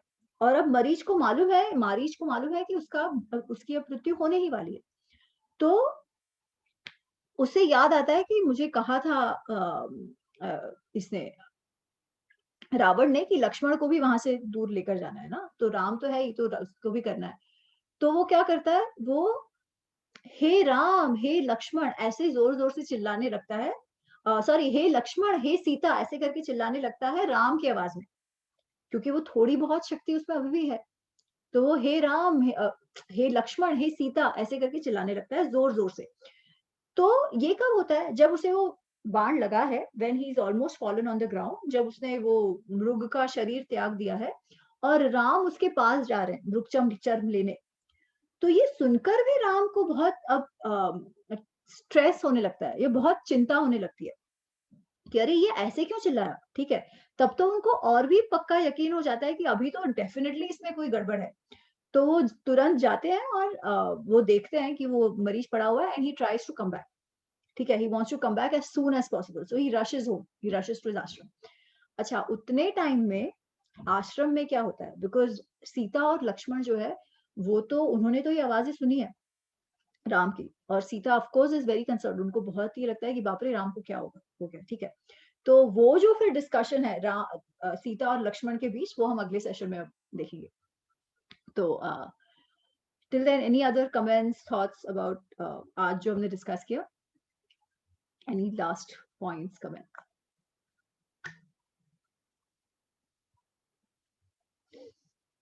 Okay, no worries. So we'll do the प्रार्थना.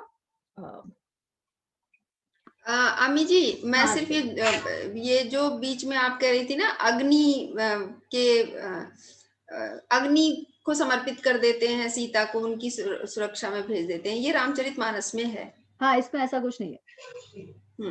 और दूसरा जो आगे शायद हम देखेंगे तो क्लियर होगा, जो ये लाइन है जो आप कह रही थी ना कि स्त्री विरोधी बातें कही जाती हैं कि रामचरितमानस में स्त्रियों को, वो तुलसीदास जी की इस लाइन से बहुत संदर्भ लिया जाता है ना, ढोल गंवार शूद्र पशु नारी सकल ताड़ना के अधिकारी। तो वो भी एक अलग संदर्भ में है, जब हम उस जगह पे आएंगे तो उस पर चर्चा करेंगे। हाँ, बताइएगा। एक्चुअली वो तो डेफिनेटली डिस्कस करना चाहिए, क्योंकि हर बार वो लेकर आते हैं कि ये डालते हैं और उसका कॉन्टेक्स्ट गलत देकर कहते हैं कि अच्छा तुलसीदास जी स्वयं ये बात कह रहे हैं, तो वो राम भी मानते थे इस तरीके से। तो वो कब आ रहा है, वो कब कहते हैं ये बात? वो आगे आएगा जब समुद्र से रास्ता मांगते हैं लंका जाने के लिए राम। ओके। तो 3 दिन तक उसको निवेदन करते हैं हाथ जोड़कर कि रास्ता दे दो, रास्ता दे दो। फिर वो लक्ष्मण बीच में गुस्सा हो जाते हैं, कहते हैं ये ऐसे नहीं देगा, इसको सबक सिखाना होगा। तब जब राम धनुष पर प्रत्यंचा चढ़ाते हैं और तब समुद्र डर कर आ जाता है सामने हाथ जोड़कर। समुद्र कहता है ये बात कि ढोल गंवार शूद्र पशु नारी सकल ताड़ना के अधिकारी। और ताड़ना का अर्थ है जानना, इनको पहले समझो। तो अलग संदर्भ में है, हम उस समय चर्चा करेंगे इस पर। जी जी, ठीक है। तो बेसिकली ये राम नहीं कह रहे है ना, ये समुद्र कह रहा है। समुद्र कह रहे हैं। मेरी आवाज आ रही है क्या? हाँ ऋचा जी, हाँ, तुमको आ रही है? हाँ, ये अभी आप कह रही हैं अनीता जी, तो ये मुझे समझ आ रहा है। ये ताड़ना जो है ना, प्रचलित भाषा में ताड़न बन गया है, तो ये सब Exactly. ताड़न के अधिकारी हो गए हैं। हाँ, और इसलिए इसका अनर्थ कर दिया गया है। हाँ। और ऋचा जी, शायद आप बिहार से हैं तो आपने इस तरह के प्रयोग देखे होंगे। हमारे यहाँ अवधी में भी होता है और भोजपुरी में भी है। हाँ, हाँ, कि हमने आपको ताड़ लिया, मतलब जान लिया। हाँ, हाँ, हाँ। ताड़ना होता है कि पूरे सीक्रेटिवली किसी को भी ऊपर से नीचे तक जान जाना। वही। हाँ, अच्छा, मुझे याद आया, वो अमिताभ का वो वीडियो था, तो मैंने कहा था ना कि I just explain that the Sanskrit behind it. हाँ, तो धर्म या धर्मा, ठीक है, तो इसमें ये होता है कि साउथ में वो लोग धर्मा कहेंगे, नॉर्थ में धर्म कहते हैं, ठीक है, और सबको लगता है कि हम सही है। तो सही क्या है?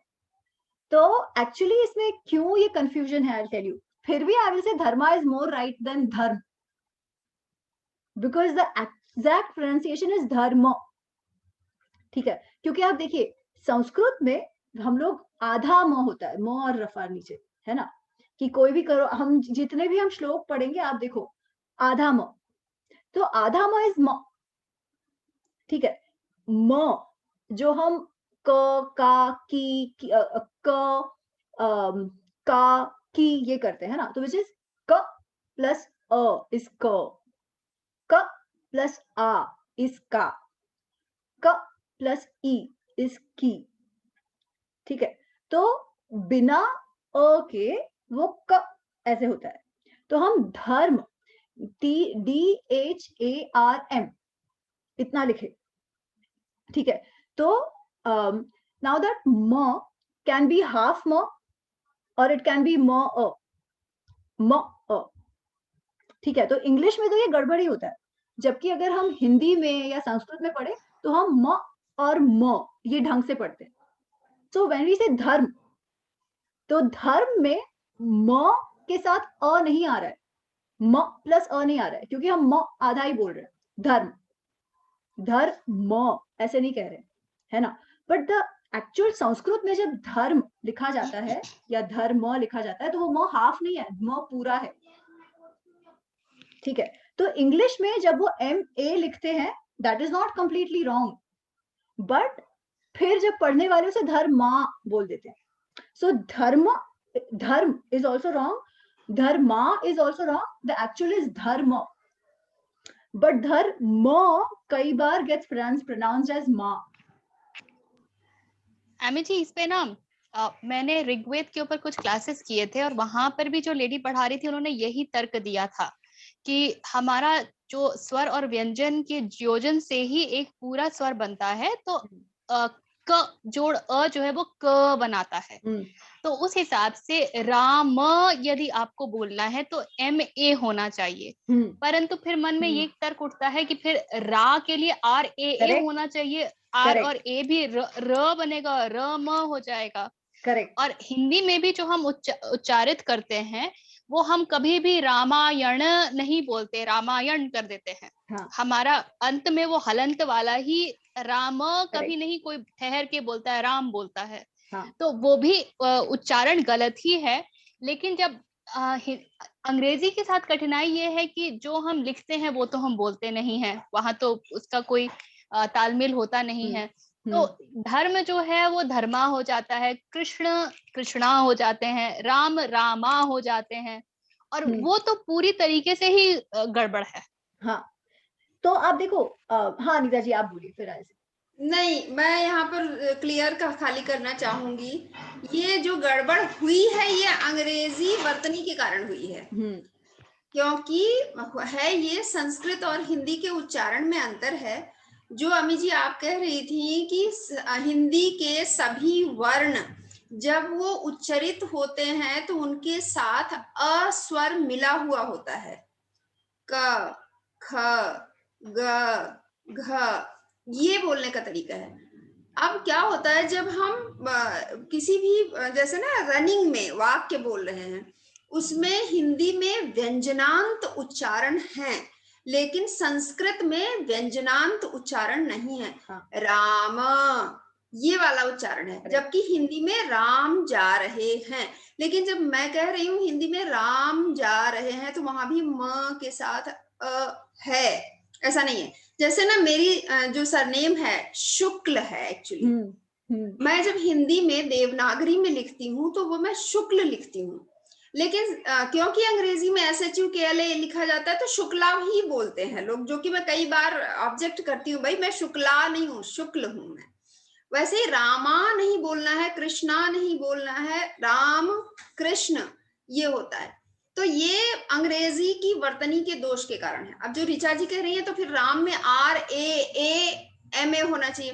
तो ऋचा जी, हमने तो कहाँ डायक्रिटिकल मार्क्स लगाना कभी सीखा ही नहीं, ना Correct. सिखाया स्कूल में। एग्जैक्टली, मैं यही बोलने वाली थी। हाँ, तो हमारे सिखाने में दोष है और कहीं ना कहीं सीखने में कमी रह गई है।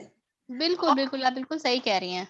और तीसरी चीज मैं यहाँ पर ये भी बोलना चाहूंगी, जैसे अमी जी की जो उच्चारण है, संस्कृत या यज्ञ, है ना, ये उत्तर भारत का उच्चारण और दक्षिण और पश्चिम भारत के उच्चारण में जो अंतर है वो उसके कारण आ रहा है।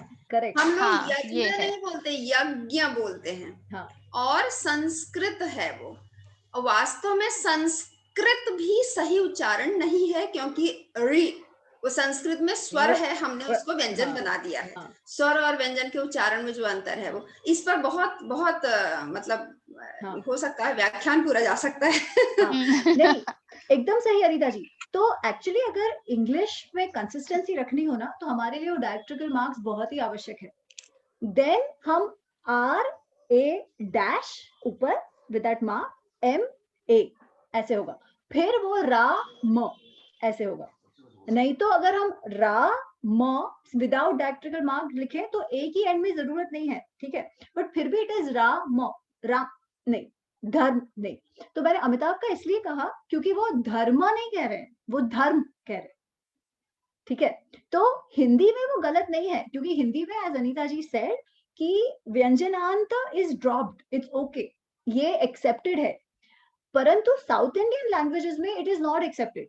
उसमें साउथ इंडियन लैंग्वेजेस में दे कीप द व्यंजनांत, इसलिए व्हेन दे से धर्म, दे डोंट से धर्म, बट उनका म बिकम्स मा, वो लोग उच्चारण भी थोड़ा वैसे करते हैं, इसलिए भी वो आ दिखता है। प्लस जब इंग्लिश में लिखा जाता है धर्मा, तो people just read it as मा। तो dharma is definitely wrong in Sanskrit, dharma is also wrong in Sanskrit, not necessarily in Hindi. और यही है जो मैं बच्चों को, जो स्कूल में राष्ट्रगान हमारा सिखाया जाता है, बंगा तिरंगा, तिरंगा तो ठीक है, लेकिन बंगा, बंगा नहीं, बंग, बंग, तो ये अंग्रेजी का प्रभाव है, वो ए बाद में जो लगा हुआ है उसका। इवन मिश्रा पढ़ते हैं लोग, है ना, Mishra, it's not Mishra, it's Mishra, Mishra शुक्ल।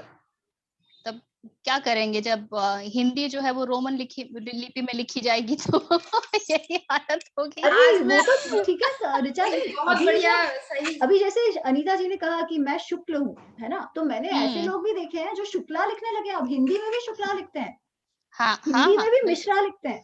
मतलब इंग्लिश में तो छोड़ दो कि गलत पढ़ते हैं, बट रॉन्ग इंग्लिश उच्चारण के कारण वो अपना स्वयं का नाम भी गलत लिखने लगे, अब जब वो हिंदी में लिखते हैं तब भी। सही बात है। मैं बताना चाह रही थी ना, जो देवनाग, अभी आपने कहा ना रोमन में हिंदी लिखने लगे हैं, आज एक प्रतियोगिता थी काव्यांजलि करके, IIT गांधीनगर वालों ने करवाई थी, बच्चे वहां के जो थे, और उस प्रतियोगिता में जितनी एंट्रीज आई थी उसमें से 2 मैं जज थी, 2 ऐसी मिली जिसमें रोमन में पूरी कविता उन्होंने रोमन में भेजी हुई है। मैंने सीधे वो संविधान जो है, राजभाषा संविधान का आर्टिकल 340 लगाया और कहा कि डिस्क्वालिफाइड, लिख दिया डिस्क्वालिफाइड।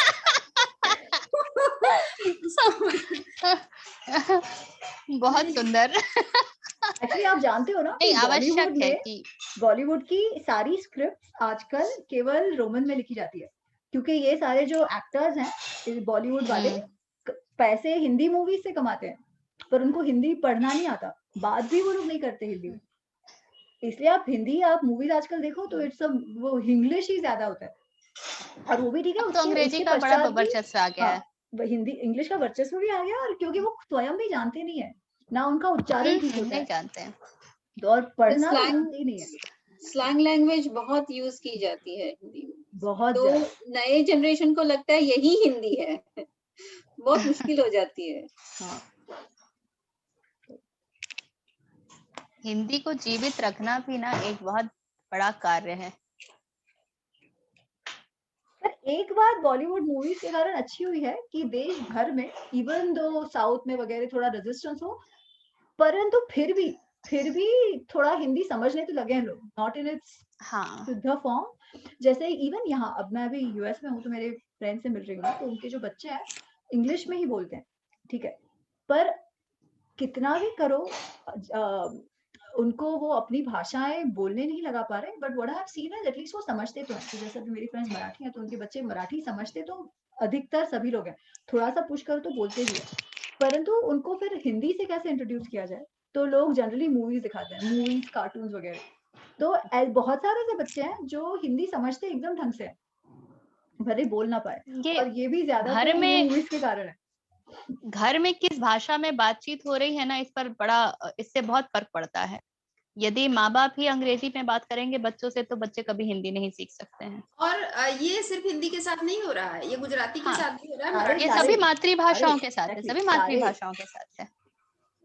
तो और मैं एक्चुअली माए सिखाती है ना, फिंगर लिक मत करो, तो देखो अरे नोजी वो आ रहा है। आपको बताओ 3 PM हो रहा है, 3 बजते नहीं है, 3 PM होता है, 12 PM होता है, 12 बजे आ जाना ये हो जाता है, 12 बजे आप म्यूट हो गए ऋचा जी। स्थिति समझ ही नहीं आता है कि मैं क्या करूं कैसे प्रतिक्रिया क्या दूं। पता मैंने ये भी देखा यहाँ पर कि जैसे मेरी कुछ फ्रेंड्स हैं, वो लोग तो सही में प्रयत्न करती है, ठीक है, और 4-5 वर्ष तक बच्चे बोलते भी हैं, बट एज सून एज वो लोग बाहर ज्यादा जाने लगे ना, और बाहर तो ठीक है और इंडियन बच्चों से भी मिलने लगे, तो क्या हो जाता है कि वो दे रेजिस्ट। आसान है ना एक ही भाषा में बात करना, अलग अलग भाषा में बात करने से अच्छा, तो दे स्टार्ट रेजिस्टिंग घर पे भी। फिर माँ बाप कितना भी ये करे ना पुश, तो वो लोग फिर भी बोलते ही फिर भी वो लोग इंग्लिश को ही बोल दे रहे, क्योंकि होता क्या है कि कम्युनिटी का इम्पैक्ट भी होता है हमारे में। कम्युनिटी का जो बहुत पेरेंट्स इम्पैक्ट होता प्रयत्न है। करते हैं वो तो एक है, वो पर वो नंबर बहुत कम है। वो जब और पेरेंट्स से मिलते हैं तो वो इंग्लिश में ही बात करते हैं, जबकि बहुत सारे जैसे मेरी भाभी है, शी इज अ रशियन, ठीक है। आई थिंक क्योंकि मेरी भाभी रशियन है एंड शी इंसिस्टेड कि रशियन आना ही चाहिए, मेरे भाई ने भी बहुत मेहनत करके बच्ची को गुजराती सिखाया। तो मेरी 3.5 साल की भतीजी जो है, शी डजंट स्पीक इंग्लिश, उसे बहुत कम आता है बाहर इंग्लिश में बात करना, उसे तो शी मैनेजेस वो उसके डे केयर वगैरह, बट घर पे तो हमारे साथ गुजराती और रशियन ऐसे वो बात करती है, दोनों 3.5 साल की फ्लुएंट बोलती है। परंतु अगर इंडियन कम्युनिटी में हम हो ना, वहाँ जो भारतीय इसमें, तो सारे बच्चे इंग्लिश में बात करेंगे। रशियन में सारे बच्चे एक दूसरे के साथ रशियन में ही बात करेंगे अगर 2 रशियन मिले हैं तो, ये बहुत बड़ा फर्क है। तो ये चीज हम जैसे भारत में देखते हैं ना, 2 बंगाली मिलते हैं तो बांग्ला में ही बात करते हैं, 2 साउथ इंडियन मिलते हैं तो वो अपनी ही भाषा में बात करते हैं, और ये बहुत सारी कम्युनिटीज में है। और यहाँ ये प्रॉब्लम तो यहाँ पर भी है कि बच्चे जो हैं, छोटे बच्चे भी, अगर आप दक्षिण भारत चले जाएंगे तो वहां पर वो अंग्रेजी में ही बात करते हैं। मैं मेरी कजन है, वो आई थी, बेटा उसका 4 साल का था, आकर के उसे अंग्रेजी में कह रहा है। मुझे बड़ा आश्चर्य हुआ, मैंने कहा तुमने तो बड़ी अच्छी अंग्रेजी सिखा दी यार, तो बहुत छोटा है अभी। तो शी इज टेलिंग मी कि दीदी मैंने कुछ नहीं सिखाया, ये बच्चे आपस में अंग्रेजी में ही बात करते हैं तो इसको अंग्रेजी समझ में आती है। और आज के तारीख पे वो झकती है, कहती है कि ये हिंदी पढ़े भी पाएगा कि नहीं, मुझे तो इस बात का यही है, कोई शंका ही है इस बात पर। तो अभी तो गुजरात सरकार सभी प्रोफेसर्स को भी 10th की हिंदी पास करा रही है, बहुत मुश्किल हालात जिन्होंने 10वीं से हिंदी में ही पढ़ी है, उनको हिंदी की परीक्षा देनी पड़ रही है। बढ़िया है, बहुत अच्छा है। नहीं, पर फिर भी एटलीस्ट मुझे इतना होप है कि अगर माँ बाप लगे रहे ना तो समझने तो लगते हैं बच्चे, भले रेजिस्ट करे बोलना। नहीं लगे रहते हैं अमी जी, जो ज्यादातर जो माँ बाप की स्थिति है ना, मैंने देखा माँ बाप को भी ये देखते हुए कि तुम्हें हिंदी में बस पासिंग नंबर चाहिए, कोई तुम्हारी करियर हिंदी में थोड़ी बनेगी, तुम जहां पे भी जाओगे वहां अंग्रेजी की रिक्वायरमेंट होगी ना, तुम्हें हिंदी के लिए कौन पूछेगा, तो यहाँ पे बस निपटा लो वाला हिसाब किताब है। अंग्रेजी आनी चाहिए, क्योंकि हमारे दिमाग में तो एक ये कॉन्सेप्ट है कि कम्युनिकेशन का मतलब अंग्रेजी होता है, उसका हम क्या बोल रहे हैं, किस संदर्भ में बोल रहे हैं, सब में ऐसा हाँ दोनों and it is government policy ना, उसके कारण भी ऐसा है, हायर एजुकेशन वगैरह हमें हमारी भाषाओं में उपलब्ध भी नहीं है। हाँ ये भी है। अब कहाँ उपलब्ध है, तो देखिए एनईपी से काफी कुछ उम्मीद है, अभी क्या होगा नहीं होगा अभी कुछ कह नहीं सकते, जब एप्लीकेबल होगा कुछ नहीं होने वाला, वो अप्लाई कर पाना ही बहुत कठिन कार्य है, बहुत कठिन कार्य है। एक तो भारत में वैसे ही विविधताएं इतनी हैं जिसका कि कोई हिसाब किताब नहीं, उसको ही ये निपटा ले, उसका ही तो प्रबंधन कर ले तो बहुत है। देखिए मुझे लगता है कि एटलीस्ट 2 भाषाएं आनी ही चाहिए सबको। अंग्रेजी तो चलो आज की आवश्यकता हो गई है, तो हम हाँ, ये तो भी 2 नहीं कह भाषाएं सकते कि वो आती ना है, करें। अंग्रेजी हाँ। आती है और ज्यादातर जो घर में बोलते हैं वो भाषा आती है। हाँ, तो वहाँ और पर मुझे प्रॉब्लम है। आजकल कितने सारे बच्चे ऐसे हैं जो केवल एक ही भाषा बोलते हैं और सीखते हैं। तो एटलीस्ट खुद की मातृभाषा तो सीखो, ये मैं कहती हूँ। जनरली मैं कई बार ये देखती हूँ कि माँ-बाप को ऐसा लगता है कि अरे नहीं-नहीं, एटलीस्ट बाहर है, बाहर की इंग्लिश आ जाए बस है, इंग्लिश आ जाए। जो आप कहते हो ना घर पे भी इंग्लिश में बात करते हैं। तो ये बहुत बड़ी हाँ, हाँ, वो इंग्लिश तो अच्छा, सिखानी विचार है, कम हियर मुझे डोंट गो करीब देयर। साथ में एक और भाषा तो होनी ही चाहिए। मुझे करीब 5-6 भाषाएं आती हैं। वाओ! असल में एक बात जो बहुत अच्छी बात है, जो बात लोग समझते नहीं है वो ये है कि भाषाओं का जो पूरा हिसाब किताब है ये हमारे मस्तिष्क के डेवलपमेंट के साथ जुड़ा हुआ है। एब्सोल्युटली, हाँ, एब्सोल्युटली यस। और ब्रेन ये की बात लोग एक्सरसाइज है वो, समझते नहीं है। दिमाग की। हाँ, वो बहुत बहुत बड़ी एक्सरसाइज है हाँ, और न्यूरॉन्स में बहुत काम होता है यदि आप भाषाएं बोलते हैं तो। हाँ। मैं जब फ्रेंड से बात करती हूँ यही कहती हूँ, मैंने कहा ये इससे मत देखो कि अरे गौरव फलाना ठिकाना यूटिलिटी, इससे मत देखो, उसका यूटिलिटी इतना देखो कि आपके जो बच्चे हैं उनका मस्तिष्क डेवलप हो रहा है। हाँ, हाँ, इस हिसाब से भी देखकर आप भाषा सिखाओ। क्योंकि हम जब बड़े हो रहे थे, हम सब, है ना? हम सब यहाँ पर एटलीस्ट 3 से 4 भाषाएँ बोलते हैं, एटलीस्ट 3, भारत में कम तो से कम 3 3। भाषा जो है वो न्यूनतम संख्या है। वही तो, आपको हिंदी आती है, अंग्रेजी आती है और अपनी अपनी मातृभाषा भाषा आती आती है। है, हाँ, ये तो न्यूनतम संख्या है। उसके बाद भी जो बंगाली है उसको उड़िया आती होती है थोड़ी हाँ, मोड़ी, आसमीज आती है, असमिया समझ आती तो है जाते थोड़ी हैं मोड़ी। कुछ नहीं तो। हाँ, वो हाँ, वो जो साउथ के हैं वो कन्नड़ वाले तमिल भी समझते हैं, थोड़ा तेलुगु भी समझते हैं, वो सारी हिसाब किताब खिचड़ी उधर रहती और है। अगर हिंदी का सच में हिंदी का शोधार्थी है, या हिंदी जैसे हम लोग है ना हायर एजुकेशन में हिंदी पढ़ रहे हैं, उस पर शोध कर रहे हैं, तो 16 बोलियां समझते हैं, क्योंकि हिंदी की 16 बोलियां हैं। वाओ! तो क्योंकि वो अच्छा, सब जुड़ी हुई हैं आपस में, थोड़ा बहुत अंतर है, उच्चारण बदल गया है, डोगरी का थोड़ा अलग हो गया, राजस्थानी का थोड़ा सा अलग हो गया, इसका अलग, लेकिन शब्द तो वही हैं जो संस्कृत से आए हुए हैं। मैं पूछ सकती कौन सी 16 है? 16 है, राजस्थान की 4 है, मेवाड़ी, मारवाड़ी, मेवाती, मालवी, और एक कोई है, मतलब 4 राजस्थानी है, 3 पहाड़ी हैं, 7 हो गई। बिहार की मगही, मैथिली, भोजपुरी हो गई 10। अवधी, बघेली, छत्तीसगढ़ी हो गई 13 हुई। और मैं ब्रज, बुंदेली, हरियाणवी 16। वाओ! वाओ! दिलचस्प है। चलो चलिए अब आज के लिए विदा लेंगे। स्ट्रेट प्रार्थना करेंगे एक साथ।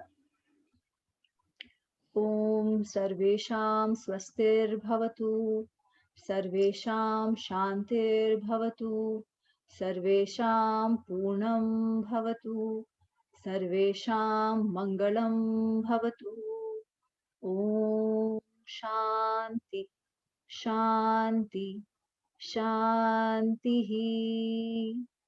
और एक अंत में ओम का उच्चारण, deep inhale and Om as you exhale. Om.